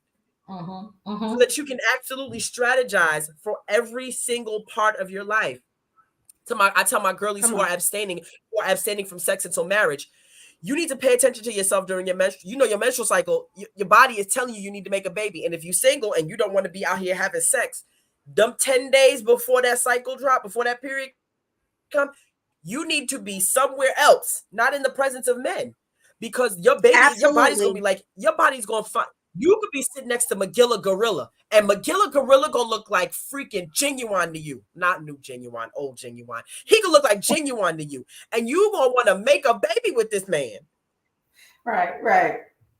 And then you gonna get up from that experience, realizing that your body was telling you to do. Your body is hard for certain things. Well, your mind also hard for certain things, good and bad. And if you don't sit with yourself long enough, you won't understand how to strategize for yourself. Now, to touch on little Miss Tia, first of all, I look at Tia and Tamara and I go, y'all are the same. Y'all got the same mama, same daddy, lived in the same household. But this is an example that no two kids are the same, even if they are twins. Because I look at Tamara and I look at Tia, and the way Tamara run her life and the way Tia run her life is two different. They the same. We watched them on TV for like 10 years. It was like, y'all are not the same. And I need to figure out what Tamara's doing. And Tamara, because she's technically the younger twin, I need Tamara to sit her older sister down to be like, hey, sis, you out here ruining the family name. We built a brand off of being smart. Right. All of us. But the other thing is, Tia don't trust that man. That man. If you look at the way they talked in interviews prior to her graduation, if you look at the way she talks to him, talks about him, walks or moves around, like her movement in the world says, I don't trust this man that I've made babies with and submit my life to. And so say it with me, people, therapy, because the way she talks over him, there's a soul wound somewhere that she has yet to address, that she's been acting over and jazz handing over and performing over and making money over and making babies over. There's a soul wound somewhere that she is yet to address. She gonna drink it away. Now listen, Tia could throw him back. She drinking this thing away. She dating this thing away. She been out in these streets. There's a soul wound somewhere. You have unrealistic, unmet expectations in one area that is boiled over into every other area of your life. And I need you to find that spot, because this will be the last time you drag that man over the coals if you don't. Now, I'm not saying that Corey is absolutely innocent. We don't know what Corey could have possibly done, but we do know this, that you took very great care to embarrass that man publicly for the better part of 6 months after you left. Then you got on social media and you talked about how the dating streets wasn't what they used to be. And somebody called you on the carpet and said, well, sis, you should have stayed with your husband. And then you went on this whole tirade about, just because it's not what it used to be doesn't mean I'm going to go back to what. Only on Thanksgiving and on Thanksgiving Day, and for you to be back in the same space where you were. With your hand on this man's leg, and kids planting you on either side, saying we are going to be all right. Who is we? Who is we? Sister, and who is we, sister? You graduated, remember? This one here. What are you doing? I cannot listen to that. True story though. Oh my gosh. So look, I'm gonna come to you. I'm gonna come back to you, Tanisha, and then Mia, I'm gonna come to you. But Tanisha has something to add. I did, because something that Kiara said to just now that was so profound, and it's funny to hear somebody else say it, and it put something together for me in my head, because she's right. Tia don't trust him. And it's hard. The biggest thing is for a woman. This is it's still a Tia issue. It's still an inside issue though. Because there was never anything of infidelity, but she picked him up from the bus stop. That's where she met him, at the bus stop, right? She picked him up. They developed a friendship. They developed a relationship after that. After, Tia's the one with the money. She had the brand. She had everything. Corey had nothing. The scariest thing for a woman in that position is when her husband starts to make money. When he starts to have a name as big as yours. When he starts to get out there, and now his work, his things are being validated just as much as yours are now. That is scary for a woman that has Tia's tendencies. As we can see, she needs a validation, she needs attention, she needs a lot. And so for a man, where you could step on his neck a little bit, because you like, I'm Tia Mowry, okay? Don't play with me, okay? I'm Tia Mowry. I'm Tia and Samira. We the same, okay? We got our show, Go Home Roger. Everybody knows us. And then you meet a guy that has no name. You meet him in an audition. He's just trying to make a name for himself. You guys are together 10 years, and now his name means something. What does that mean for your name now? Oh, that's good. And now she's moving around. You could always tell that she kind of, just like Kiara said, that she kind of was like always over talking him, always cutting him off, always just worried about what he was doing. It was like weird. And then finally the divorce. So I could see what Kiara's saying for sure. Yeah. That's so good. And it's interesting because you both make such a great point. One of the things that I learned is when a woman does not trust a man's leadership, she will retreat. But I feel like it wasn't her lack of trust in his leadership. It's the fact that she just did not trust him at all, as Kiara said. And for those of you who may not agree, there's patterns that women will exhibit and display that confirms, I don't trust this person. I don't trust his leadership. I don't respect his leadership. All of those things. But anyway, I want to come to you, Mika, and then I will chime in. I just want to say that we have to be careful when choosing, right? When we choose what partner that we get, because just listening to you all, it just makes me think about, and this may not be true, Miss Tia, when you watch this, like, don't be mad. These are my thoughts, my opinions, okay? Because I'm sure we probably gonna have tea one day, girl. So this is my perspective where I am. So I'm just thinking about the fact that, like, it may have been possible that when you chose, or when she chose him, she was more so looking for an accessory as a part of the optics that she had that had to do with her princess perspective. Oh, come on, Mika. I'm just saying, because like every little girl, she wants to be the princess, and you have to have a prince, right? And so when he started developing, it was like, wait a minute, hold on. No. That's not really what I signed up for. Right. I signed character. Oh, absolutely. And Disney has been so phenomenal with making all of the princesses and never the queens. And so I think that for far too long, we really have not seen what queens really do. And so then we get in relationships with these gentlemen, and What do we do when real growth shows up? What do we do? What do we do then? Ooh. So yeah, those are my two little nickels. Sis, like I'm legit speechless. Like, no, that's real. And I never thought about it from that perspective. Like, no, she's the main character. Like, this is my storybook. This is my happily ever after. And it's so true. You made such a good point about Disney.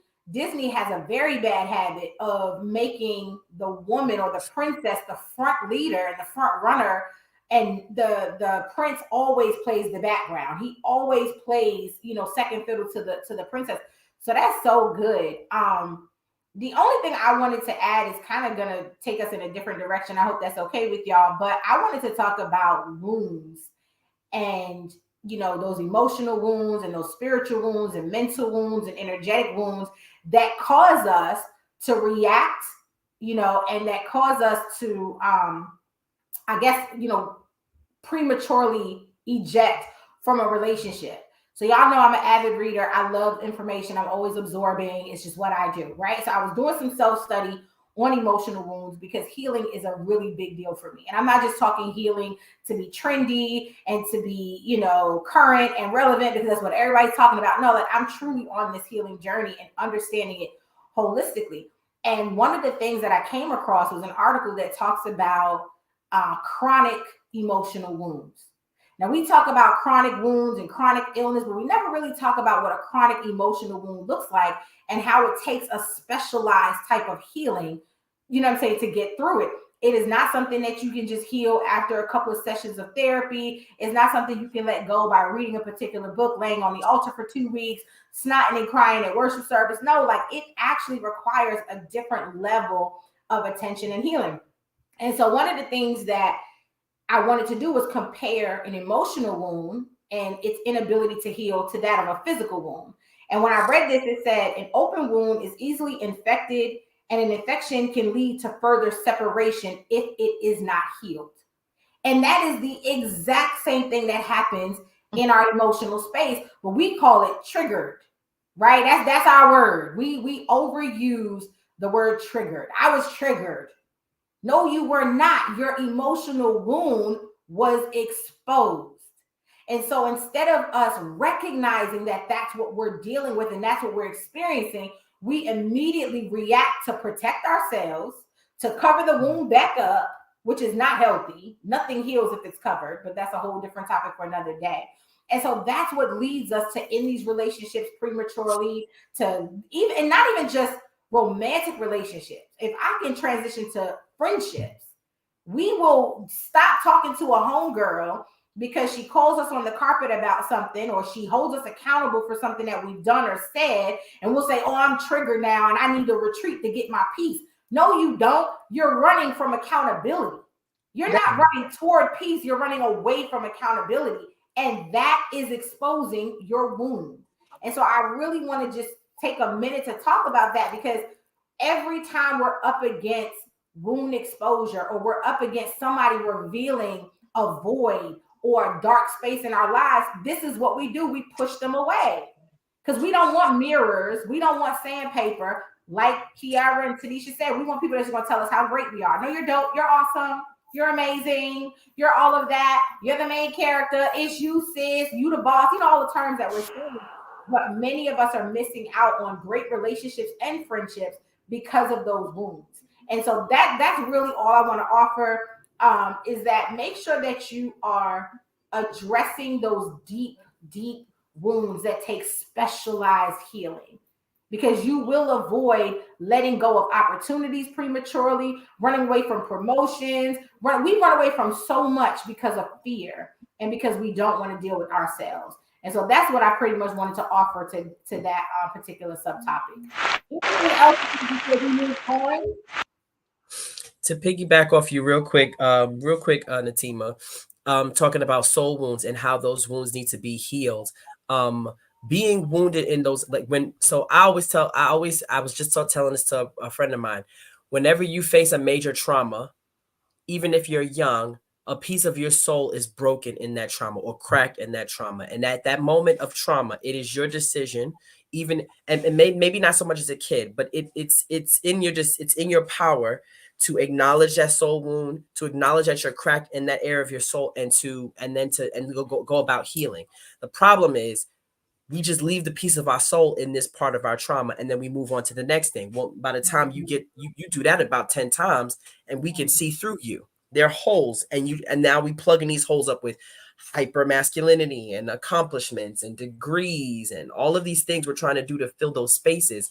And you're not taking the time, you're not taking the time to heal. Absolutely. Therapy, absolutely, people holding you accountable, absolutely. Like, because being wounded being wounded does two things. It, one, breaks down a barrier or a border in an area where there should be a barrier and a border, and it makes you vulnerable. So you make poor decisions clean across the board. It invites fear in, because when you don't build that barrier back up, fear gets to hop the fence in and out of your life, right? So the fence of the fence of your boundaries or whatever has been broken by a trauma, and it's being broken by multiple traumas, and now fear hops the fence and starts feeding you information and you ever had somebody's dog? I mean, I don't know, somebody who has a dog, and the dog hops the fence and poops in your yard and then goes back into their yard, and now they've left remnants of their appearance in your yard. That's what fear does. Fear hops your fence, poops in your yard, hops back over the fence, hops in your yard again, poop. Now you got all of this mess, this remnants of fear, and you're making poor decisions. You're living poorly. You're living beneath the floor of your potential, all because you won't sit down and know yourself. Like Tanisha's saying, like, just sit with yourself. It's okay to be quiet. Turn the phone off. Turn the music off. Turn off. You sit with yourself. It's gonna be uncomfortable. You're gonna see some parts of you that you don't like. You are not all gumdrops and sugar plums. Some of us are snips and snails and puppy dog tails. Okay, listen. Get to the bottom of it is what I'm saying, so that you can be whole again. We're so willingly distracted in our lives as a whole. Yes. Natima, hopefully I can say this fast. I hope my internet doesn't act choppy, but that is so profound what she just said, because that is exactly the truth. It is the lack of us. That is something that they actually call the devil, is our distractions. That is a metaphor that they have in a book that says, there was a book I bought and it said, run away from the devil, something about the devil. And I'm like, let me read this book. And the devil was distractions. The devil was preoccupation. It was all about not sitting with you, listening to you. When you're able to sit and listen, you can actually hear God. And those are the times when he can tell you, hey, listen, work on these things, do these things. You notice that trigger, you notice this upsetness. We all get hurt. We all have storms. We all have traumas. We all have triggers. But the fact of the matter is, this does not make it okay for us to be emotionally deregulated in our actions because of those things. Right. And that's the part where we as women struggle with, because we feel like, because we feel an emotion, that immediately our body is supposed to go into action based on that emotion. And that's not always the case. Sometimes you need to feel an emotion, sit in that emotion, sit there, feel it, find out what the emotion is trying to tell you, and then move forward. 9 times out of 10, anger, if you have an emotion of anger, it's literally just a gaslight. It is a sensor to tell you that something has gone wrong. You have felt some sort of an injustice or something. But instead of sitting with that, we'll react from that, with it. And we're outside emotionally throwing up on people all the time, emotionally vomiting on people all the time, either with word or actions. And then later on, we feel terrible and we're like, oh my God, I can't believe I said that. I can't believe I did that. Sit down and sit with it, and then make a qualified decision after you sit with it. And you'd be surprised how much wonders that would do for you, even in your relationship. Stop jumping. Me and my husband call it jumping out the window. Like I'll be like, it could be the smallest thing. His phone can go off in the middle of the night at 2 a.m., right? Come to find out it's the email, but I jumped out the window on it like, who is calling his phone? One time some lady from China was texting me and it was about some bundled hair. Now, if he was insecure and crazy, he could have been like, why is your phone going off at 3:15 a.m.? And jumped out the window. But you got to sit, wait, ask the questions, have the communication. We're so used to handling our emotions in a juvenile way. Very young and immature, childish almost, you would say. It takes immense responsibility and adulthood and actually womanhood to sit, evaluate, listen, and learn from yourself. Yeah, even in those moments, Yeah, so that's so good. That's so good, Tanisha. Thank you for adding that. Yeah. And I feel like too, where women, of course, this platform today, we're talking about women. I think where women tend to struggle again is we have all these external influences, mainly on social media, that promote this toxic positivity and this pseudo emotional intelligence. And we're not really doing the work because we've been told, and it has been rehearsed and practiced, that if you just say the mantras and you go to the conferences and you subscribe to the influencers and you reshare the post, that you're doing the work. That's not the work at all. That's not the work at all. Actually, you're digging a deeper hole for yourself and you're creating more to clean up, because what you're doing is you're putting other people's mess, other people's trauma on top of yours. So you're not dealing with you, you're dealing with everybody else and their way of dealing with them. And it's so unhealthy. And so many of us, we're like, I don't get it. I started my healing journey and I started my peace pursuit, but I feel worse than when I started. That's because you're collecting all this trauma along the way that doesn't belong to you. And you're internalizing it. And then you're using these faux superficial ways of dealing with it. None of that works. None of that works. And so running from what really works is just going to keep you running, and then you're going to be exhausted. And so my advice to the women who have done this in the past, because look, I have ended multiple relationships early because of my emotional state, because of my secondary emotion, which was anger, which was my default. That was my favorite way to deal with stuff, was to be angry. Being angry gave me this false sense of power. I felt empowered by anger. And it's like, no, you really got issues. You need to work through that. And so, sis, if that's you, I'm just, like my sisters are saying, take a minute and just breathe. Sometimes just breathing will give us clarity and will bring us to a state of grounded, as my therapist says it. And then you're thinking more clearly. You're like, was I really mad about that? Is it really worth investing this emotion in that? It's usually not. So, Mia, I'm going to come to you before we move on to our comments. And then I believe we have another commercial. So I'm going to come to you first, though, sis. Ooh, I am like bubbling over here. Sorry. I mean, like if I had a plate, I mean, I feel like I need like a Thanksgiving platter. Y'all got all good stuff on my plate today. Oh my goodness. So two things came to mind, and I was thinking about David, and I'm talking about David in the Bible, right? Mm-hmm. So I thought about the fact that, like, David got into an issue. He got into a situation with Bathsheba because he should have been at war. Mm-hmm. And so that made me think about the fact that retreating at the wrong time will cause you to create fruit that when you're conscious, you'll want to cover up. Oh, wait a minute. Say that again. No. Say that again. Say it again. What?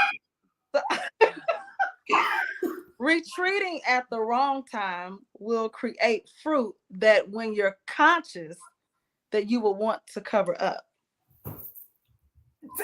Come on. Stop playing with us. And girl. And so, if I wasn't dressed from only the waist up, I would get up and shout. But because I'm only dressed from the waist up, Listen, Clap for the hall. Kiara, that's me. I'm business in the top, party at the bottom. Like, listen. These everything falling out these shorts in this chair, but up here I'm business. But if I wasn't, I'd get up and shout, huh?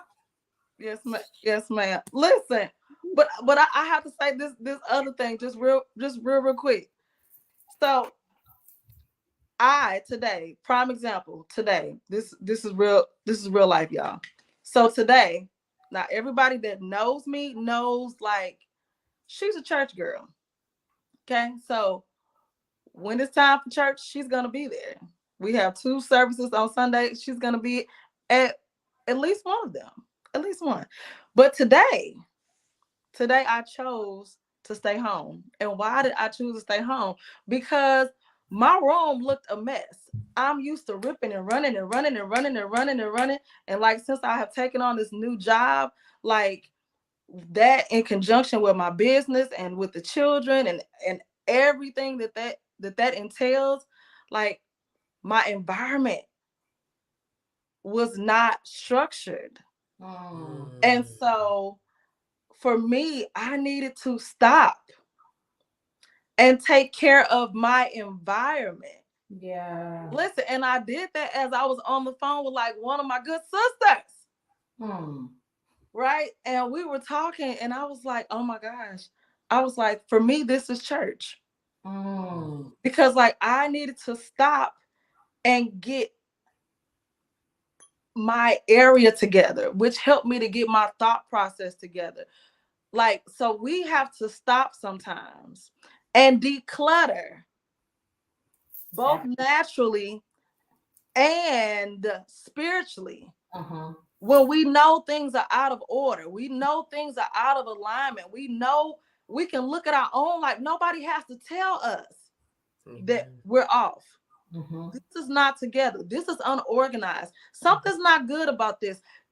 I keep being upset about, but I want to ignore it. So that I go do something. You know, when you're doing something in order to take the place of something that you really should be doing. True story. You have to stop.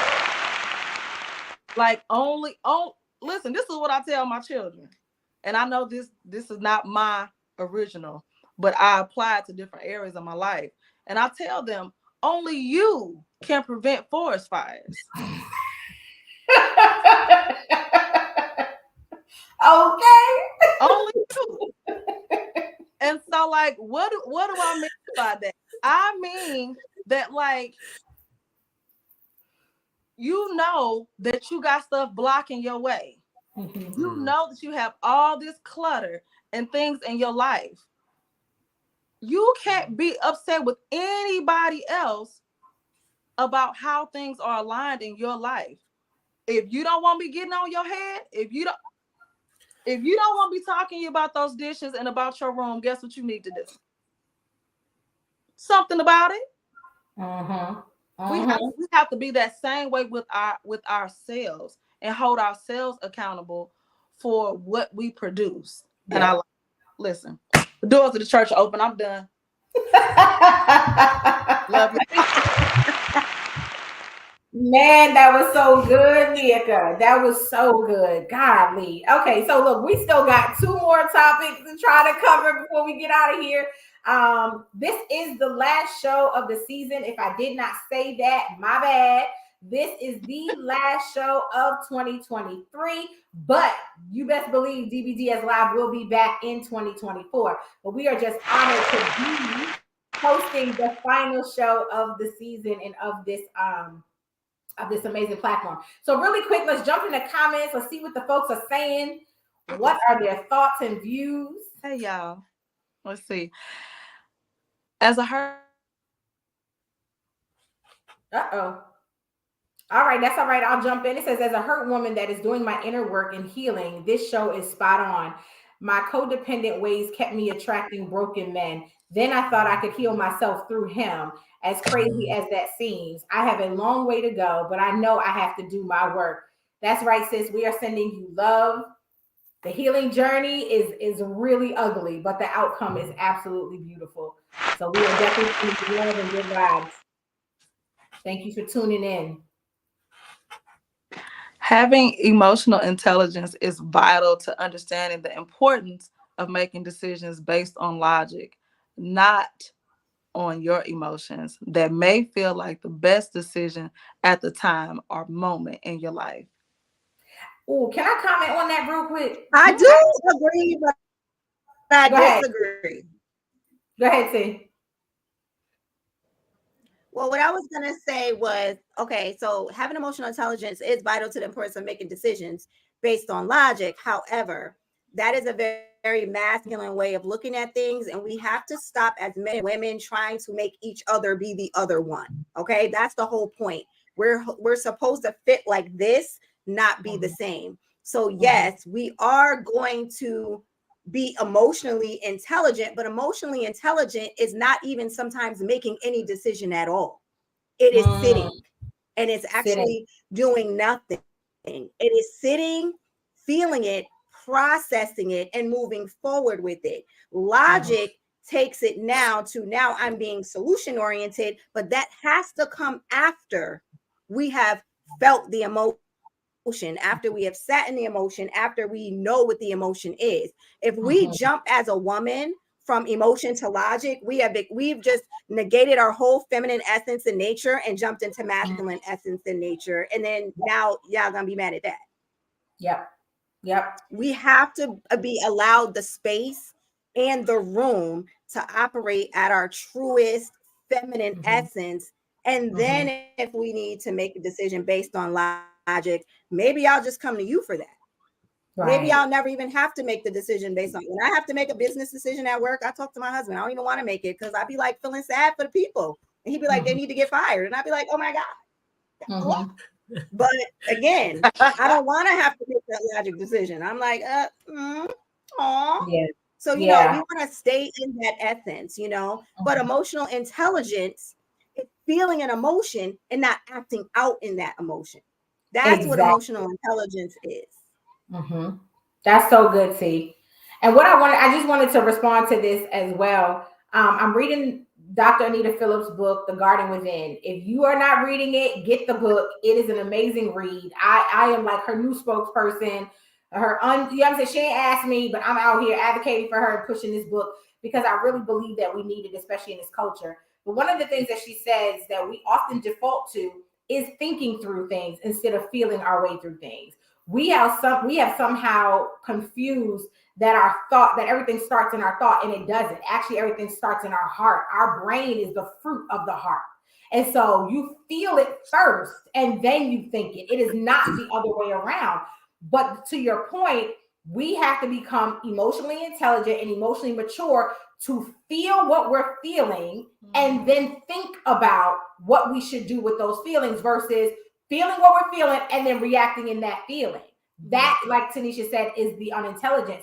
And the last thing I just want to add to that, just to comment to you, bro, real quick, when we don't allow a safe space for our men and our women to just feel how they're feeling, it bubbles over.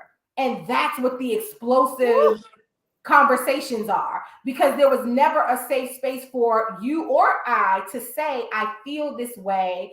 I'm feeling this way. Instead, we hold it in, we suppress it, and then one thing sets us off, and now we're ruining relationships and we're ruining marriages because we've never felt safe enough to say, I feel inadequate, I feel unhappy, I feel discontent, I feel confused, I feel unsafe.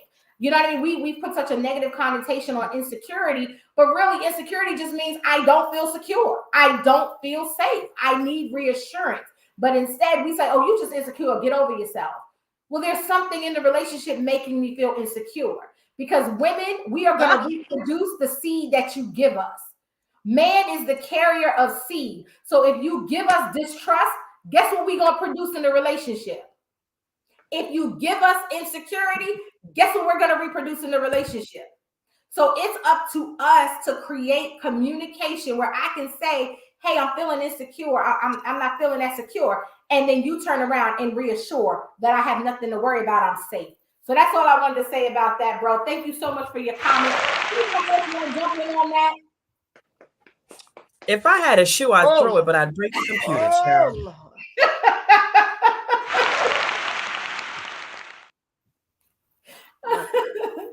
Lord. Beat me. Yeah, we gonna get us together, y'all. Oh, we got another comment. Hey, Danielle. Oh, that's how you bounce back after that comment. Okay, cool. Woo. Queens know what to do. We out here working, growing, healing, and writing. And writing. Come on, somebody. Tiffany said, "Amen." Hi, Tiffany. All right. Looks like those are all of our comments. So, do we have time to introduce one more topic, subtopic, or do we have to go to commercial? Where we at with the timeline? What we doing? Y'all want to jump into one more comment and then go to commercial? How y'all feeling about that? I'm down for whatever we down for. Oh, commercial. Okay. Commercial. All right. Roll the commercial.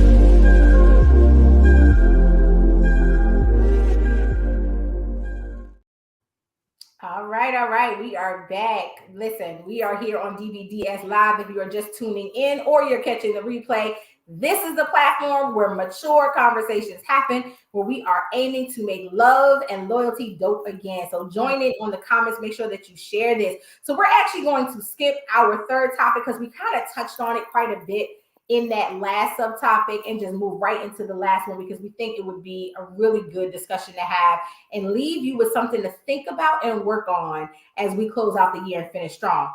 So we got a quick clip that we're going to play for y'all, and then we're going to jump right in.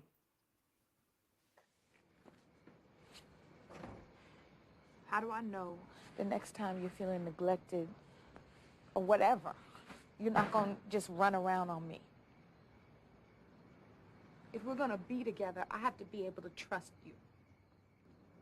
I'm going through a lot of shit right now. It's obviously more than you got time for. How are you going to tell me what I have time for? I mean, whatever I did, we can fix this. I don't think so. You don't think so? So that's it. Just forget about you and me. I still like us to be friends. Ooh. Y'all know the classic film. Y'all know the cult classic film, Love and Basketball. That was the ultimate spinning the block relationship at the end of the movie. Brought a man back. But why that clip, ladies, is so key in our next topic, which is when he tells you or when he gives you an answer, believe him. Oh, this is so important because how many of us think that we can change a man's mind with our actions, with our cooking, with our busting it wide open, with, you know what I'm saying, all the things, okay? We try all the things. Instead, we don't listen to what he's saying, what's coming out of his mouth, and what he's saying through his actions. And so that's what we want to talk about. Once again, we don't want to just focus on the problem, but also the solutions. However, this is a huge problem with us ladies, that we keep thinking we can change a man's mind, and that is the wrong thing to attempt to do. So when he says, I just want to be friends, give that man the space to just be your friend. Because we saw in this movie, that's exactly what he did. He friend zoned her, moved on with his life for a little while, had a whole new fiance. And then when he was ready, they played basketball. She won his heart. Y'all know what it ends. So I'm gonna come to you first, Mika. Why is it important for us being women, to believe a man when he speaks? Listen, I'm sorry. My little baby just, I'm trying to get back. We can hear you. Oh, this is crazy. Okay, I'm sorry. Listen, I had to throw my mama hat on real quick. One of the babies was trying to get a hold of me. Could you ask me a question one more time, sis? Yes, ma'am. So the topic we're talking about is when a man gives you an answer, believe him. instead of trying to change his mind? What's something that women can do differently in this scenario? Listen, I mean, I think that we have to kind of look at the grieving scale process and go ahead and walk in acceptance. Because we don't really want to grieve. We much rather find a way.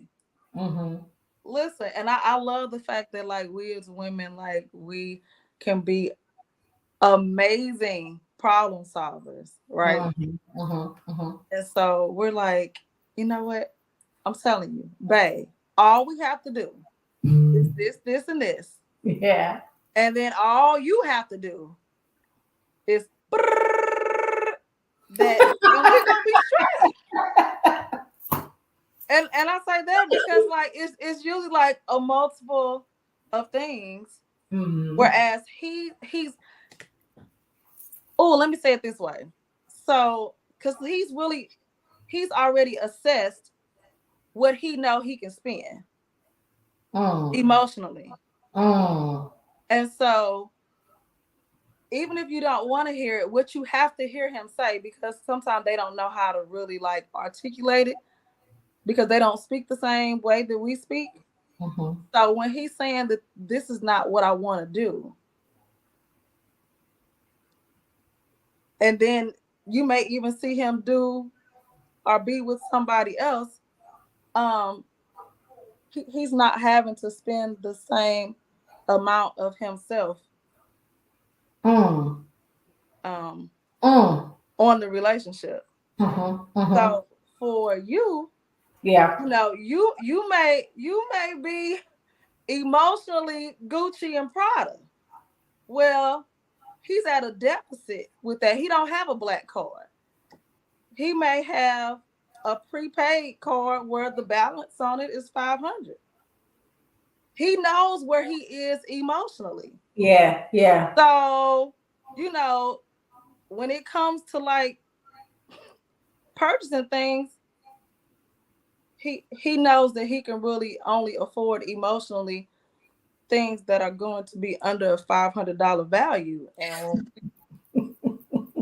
we don't want to look at it like, you know, and it's not to try to like dehumanize someone or to make, you know, people feel like they're less than. But what I'm saying is when a man is telling you what it is that he wants or something that he's telling you like, I do this with you, like it's to our advantage and to our benefit to accept that, because even if he stays, he's really already checked out. And he's telling you, I'm not willing to give you what it is that you want. And I know, as a woman, it is challenging to hear that. Especially when you have been like a fixer. Oh, and how many Build-A-Bear projects have I taken on? Girl, Jesus, of this same type of thing. So like I'm not telling you because like I'm just like, boo, you a dollar store chick. I'm not saying it like that. I'm not. But what I'm saying is that like, Maya told us before she left here. She said, when a person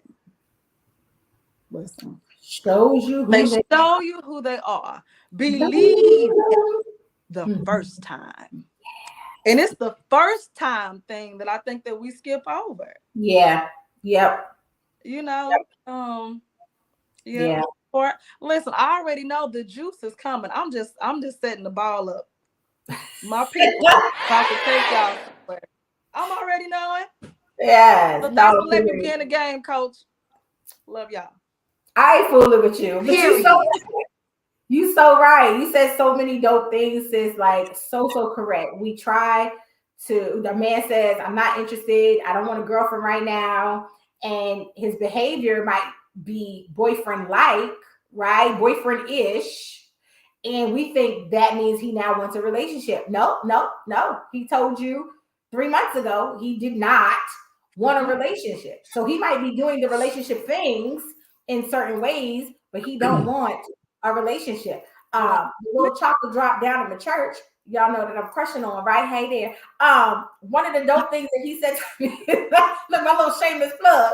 One of the things he said to me last week, though, when we were talking, he said, men want a woman for who she is, and women want men for their potential. And so when a woman changes, a man gets frustrated. And when a man doesn't change, a woman gets frustrated. And that was the realest thing I've ever heard, because it's so true. We date based on what we see his potential to be. He has the potential to be a boyfriend. Yeah, but he said he didn't want to be a boyfriend. So if he never realizes that potential, you all pissed off, and then you start to change, and then that pisses him off because he likes you for who you were. I remember when I got married, I had long hair. Kiara, you remember, right? I had long hair. About 3 years into the marriage, I started chopping my hair off. My husband was like, whoa, what the hell is happening? Because he married a woman with long hair, and I'm changing into a woman with short hair. He's like, I don't like this. I want you as you were. And so anyway, I just wanted to offer that before I come to you, Kiara. I just got delivered. I just got delivered. That just helped me. No, to touch on things both of you said, you can't listen, sis. I think women, because we are fixers, we go to work trying to be the Holy Spirit in people's lives, and that is not your job, sis. You cannot fix him. You don't want the task of fixing him. You're not equipped to fix him because you're not the one who made him. So you don't have the tools to fix him. Come on. Let the one who made him fix him, and you be the assist. You're not Jordan in this game. Jesus is Jordan in this game. You Pippen at best. At best, you Pippen. You might even be Rodman. Rodman couldn't shoot to save his life, but that man can rebound you back into the game. You might be Rodman, but you are absolutely not Jordan in this. Yeah. So let Jesus be Jordan, and you play your position. You cannot fix him. My second point is men are linear in their thinking. So you cannot change a man's mind on anything. If his mind is changed in your presence, it's because the Lord did it and nobody else. You understand what I'm saying to you? It wasn't you, baby. Not it don't matter how much that wet is. It don't matter what that mouth do. It don't matter what that fried chicken tastes like. I don't care if you make the most syrupy Kool-Aid on this side of heaven. There is nothing you can do to make that man do what you want him to do.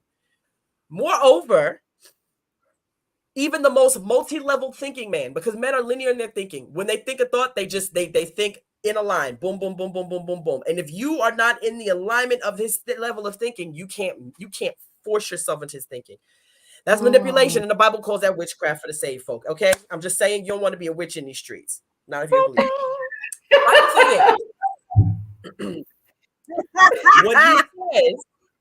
What he says is what he means. When a man says something to you, believe him. What he says is what he means. What he does is what you've allowed. So if he said he didn't want to be your man, he's doing boyfriend things. It's because you're letting a man who said he didn't want to be your man do boyfriend things. He don't want to be your boyfriend. What he says is what he means. What he does is what you've allowed. So if he's behaving like a boyfriend, even though he said he don't want to be a boyfriend, it's because you making room for him to act like what he want to act like. If he said he don't want to be, you make him stand on business. You say, well, since you don't want to be a boyfriend, we're going to be friends. Dial it back. That mean you cannot come to my house late at night. You cannot spend the night. Ain't no spend the night bag. Ain't no toothbrushes in my house. Ain't no putting drawers in my clothing, in my underwear drawer. Ain't no, you're not getting on I'm not putting your name on the pickup form at my child's school. No. Keep the main thing the main thing. If he's not ready to be a boyfriend, that means he's not ready to be a boyfriend with you. And my final thought, and I'm gonna leave it at that, is we make rejection personal as women. We internalize rejection and make that a personal thing. It does not mean you are a bad person because he doesn't want you. It means he does not have the capacity for you, and you need to know that now. instead of 10 years from now. When eagles choose a mate, there's a process by which an eagle chooses a mate.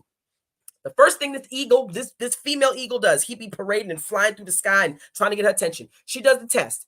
She goes and grabs a branch just the weight of a baby eaglet. She flies up in the sky. She drops the branch. That eagle, she needs to see if he can swoop down and catch that branch. Then she grabs another branch, a slightly heavier one, not a baby eaglet, not a nest baby, but maybe a baby that has experience going out of the nest. She takes that thing higher up. She takes that branch higher up and she drops it. And she sees if that male eagle can fly down and catch it. And then finally, she finds a branch equal to her size and weight. And she carries it higher than she's carried all of the other branches. And she flies that thing up into the stratosphere. And she drops that branch. And if he can catch it, then she makes him her mate. Y'all keep trying to make men your mate who can't catch you in the spirit, let alone in the natural. And then you get mad when that Negro drop you on your forehead on the Jumbotron at MegaFest. And you mad because he told you in the beginning he couldn't carry you. He told you in the beginning he didn't want to be your man. He told you at the onset of this thing he was not prepared to be what you needed him to be. And you thought what was between your thighs could transform a boy into a man. Baby, that don't birth men. It don't make men. You understand what I'm saying to you? You can't birth a man. You can't make a man with what's in between your thighs. You can only birth him. It takes other things outside of what you have to make him a man. And that's that on that. No, that's what you won't do. You won't come in here as a first timer and shut the whole show down. That's what you won't do. Okay? No, ma'am. What?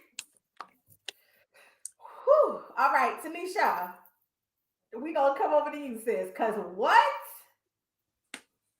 She just tore us up. Okay. But my whole thing, the whole time she was talking, I'm thinking, not birds having better abilities to find mates than us. Like, that's crazy to me. Not a bird out here knowing what to do, and we just out here scrambling and flustering around. That's crazy to me.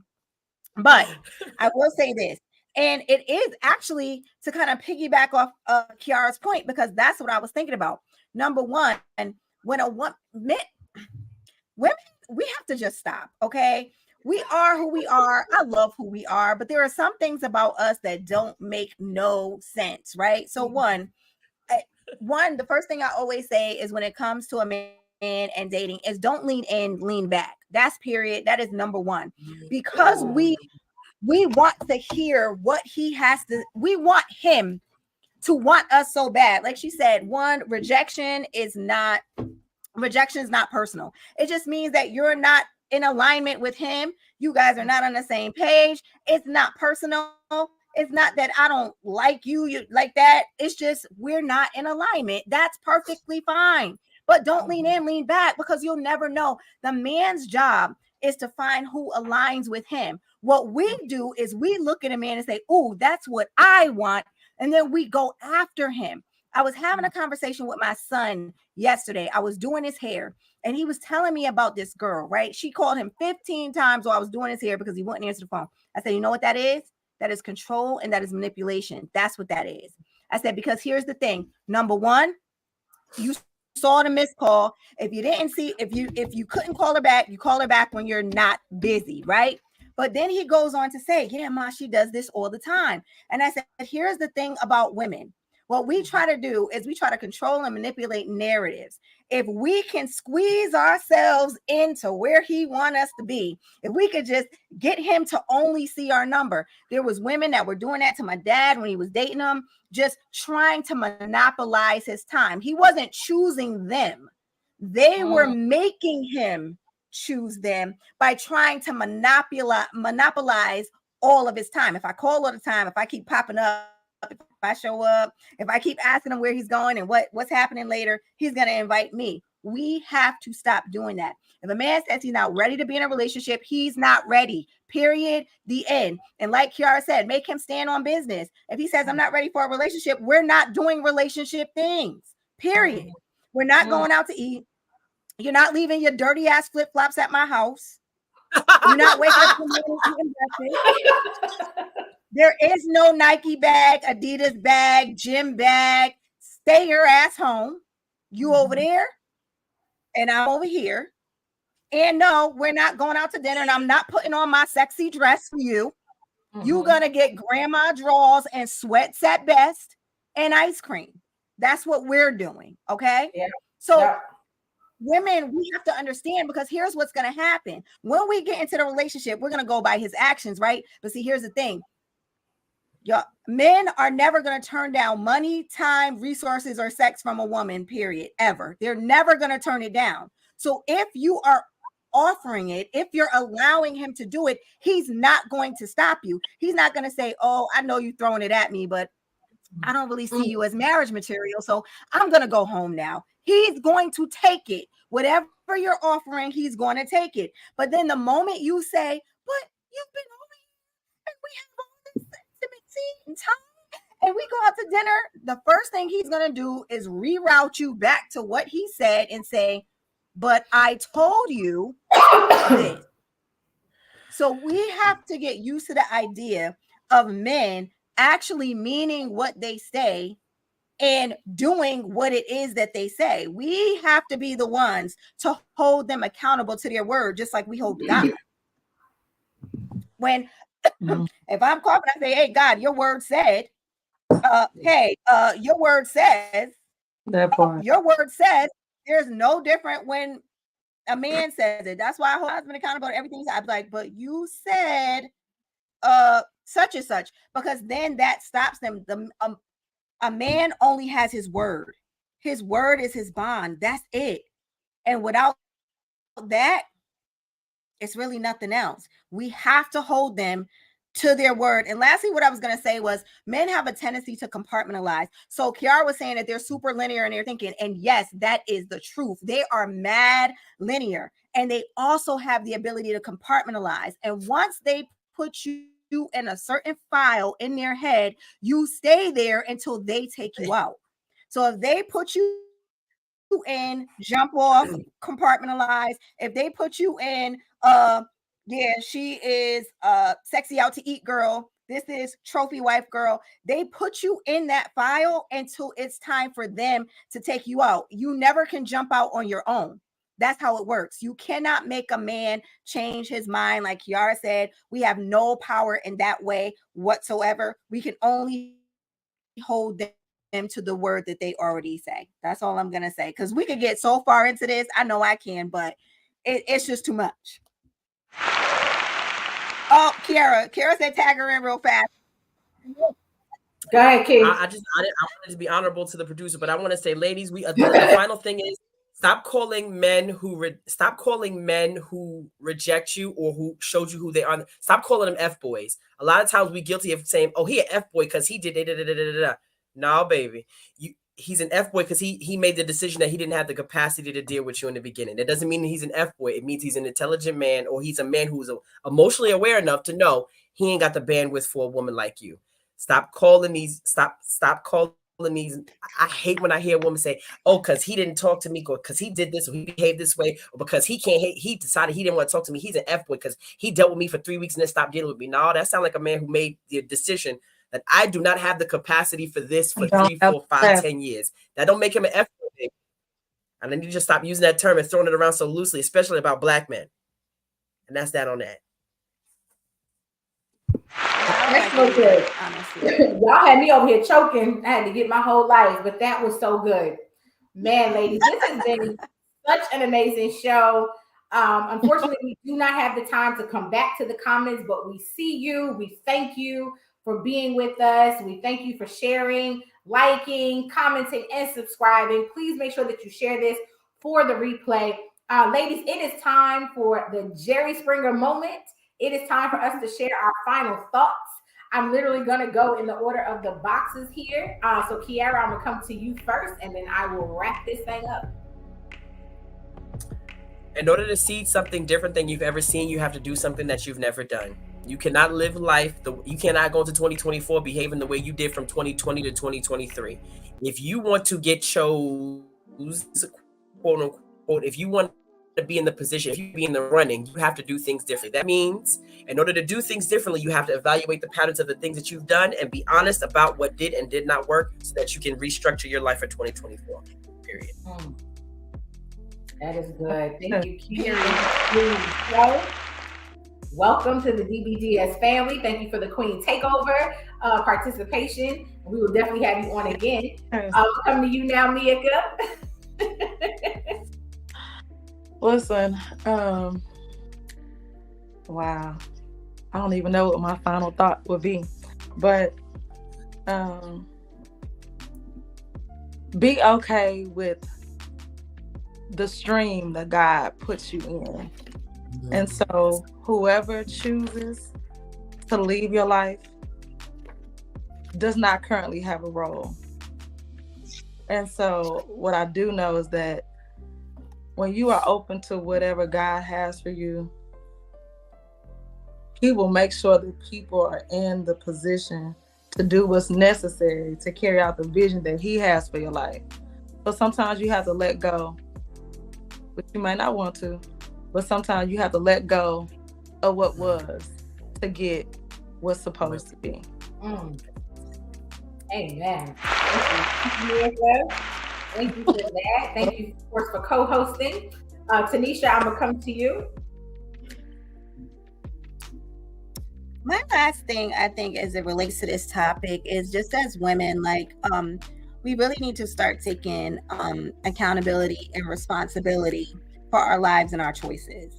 I think that's huge here, because a lot of times we go around blaming men for the things that we got ourselves into, because had we made a different decision, had we moved differently, had we created boundaries, had we listened to what he said, we wouldn't end up in the positions that we are in that we don't like. So like Kiara said, let's start taking those assessments. Let's start looking at ourselves and really evaluating. And the first thing as people in general, we like to do is when things go wrong is we like to blame and point fingers. The first person that we should look at when things are not going right in our own life is us, because we are the star of this story. Everybody else is like extras and co-stars. But if this is my story and I am the star of this story, only I get to change this script. And as long as we know what our script is, we stay to the script, we take our assessments, we make tweaks to it, no different than if you learn anything else in life. When you're learning something new and you're trying to get good at it, you realize where you're going wrong, you make an adjustment. You realize something went wrong, you make an adjustment. After a while, you become perfect at it. So for us in relationships, it's okay. It's not the end of the world. Let's just make adjustments and move on. Everything's not personal. Everything's not an attack. It's just our decisions. And that's it. Thank you. Thank you, sis.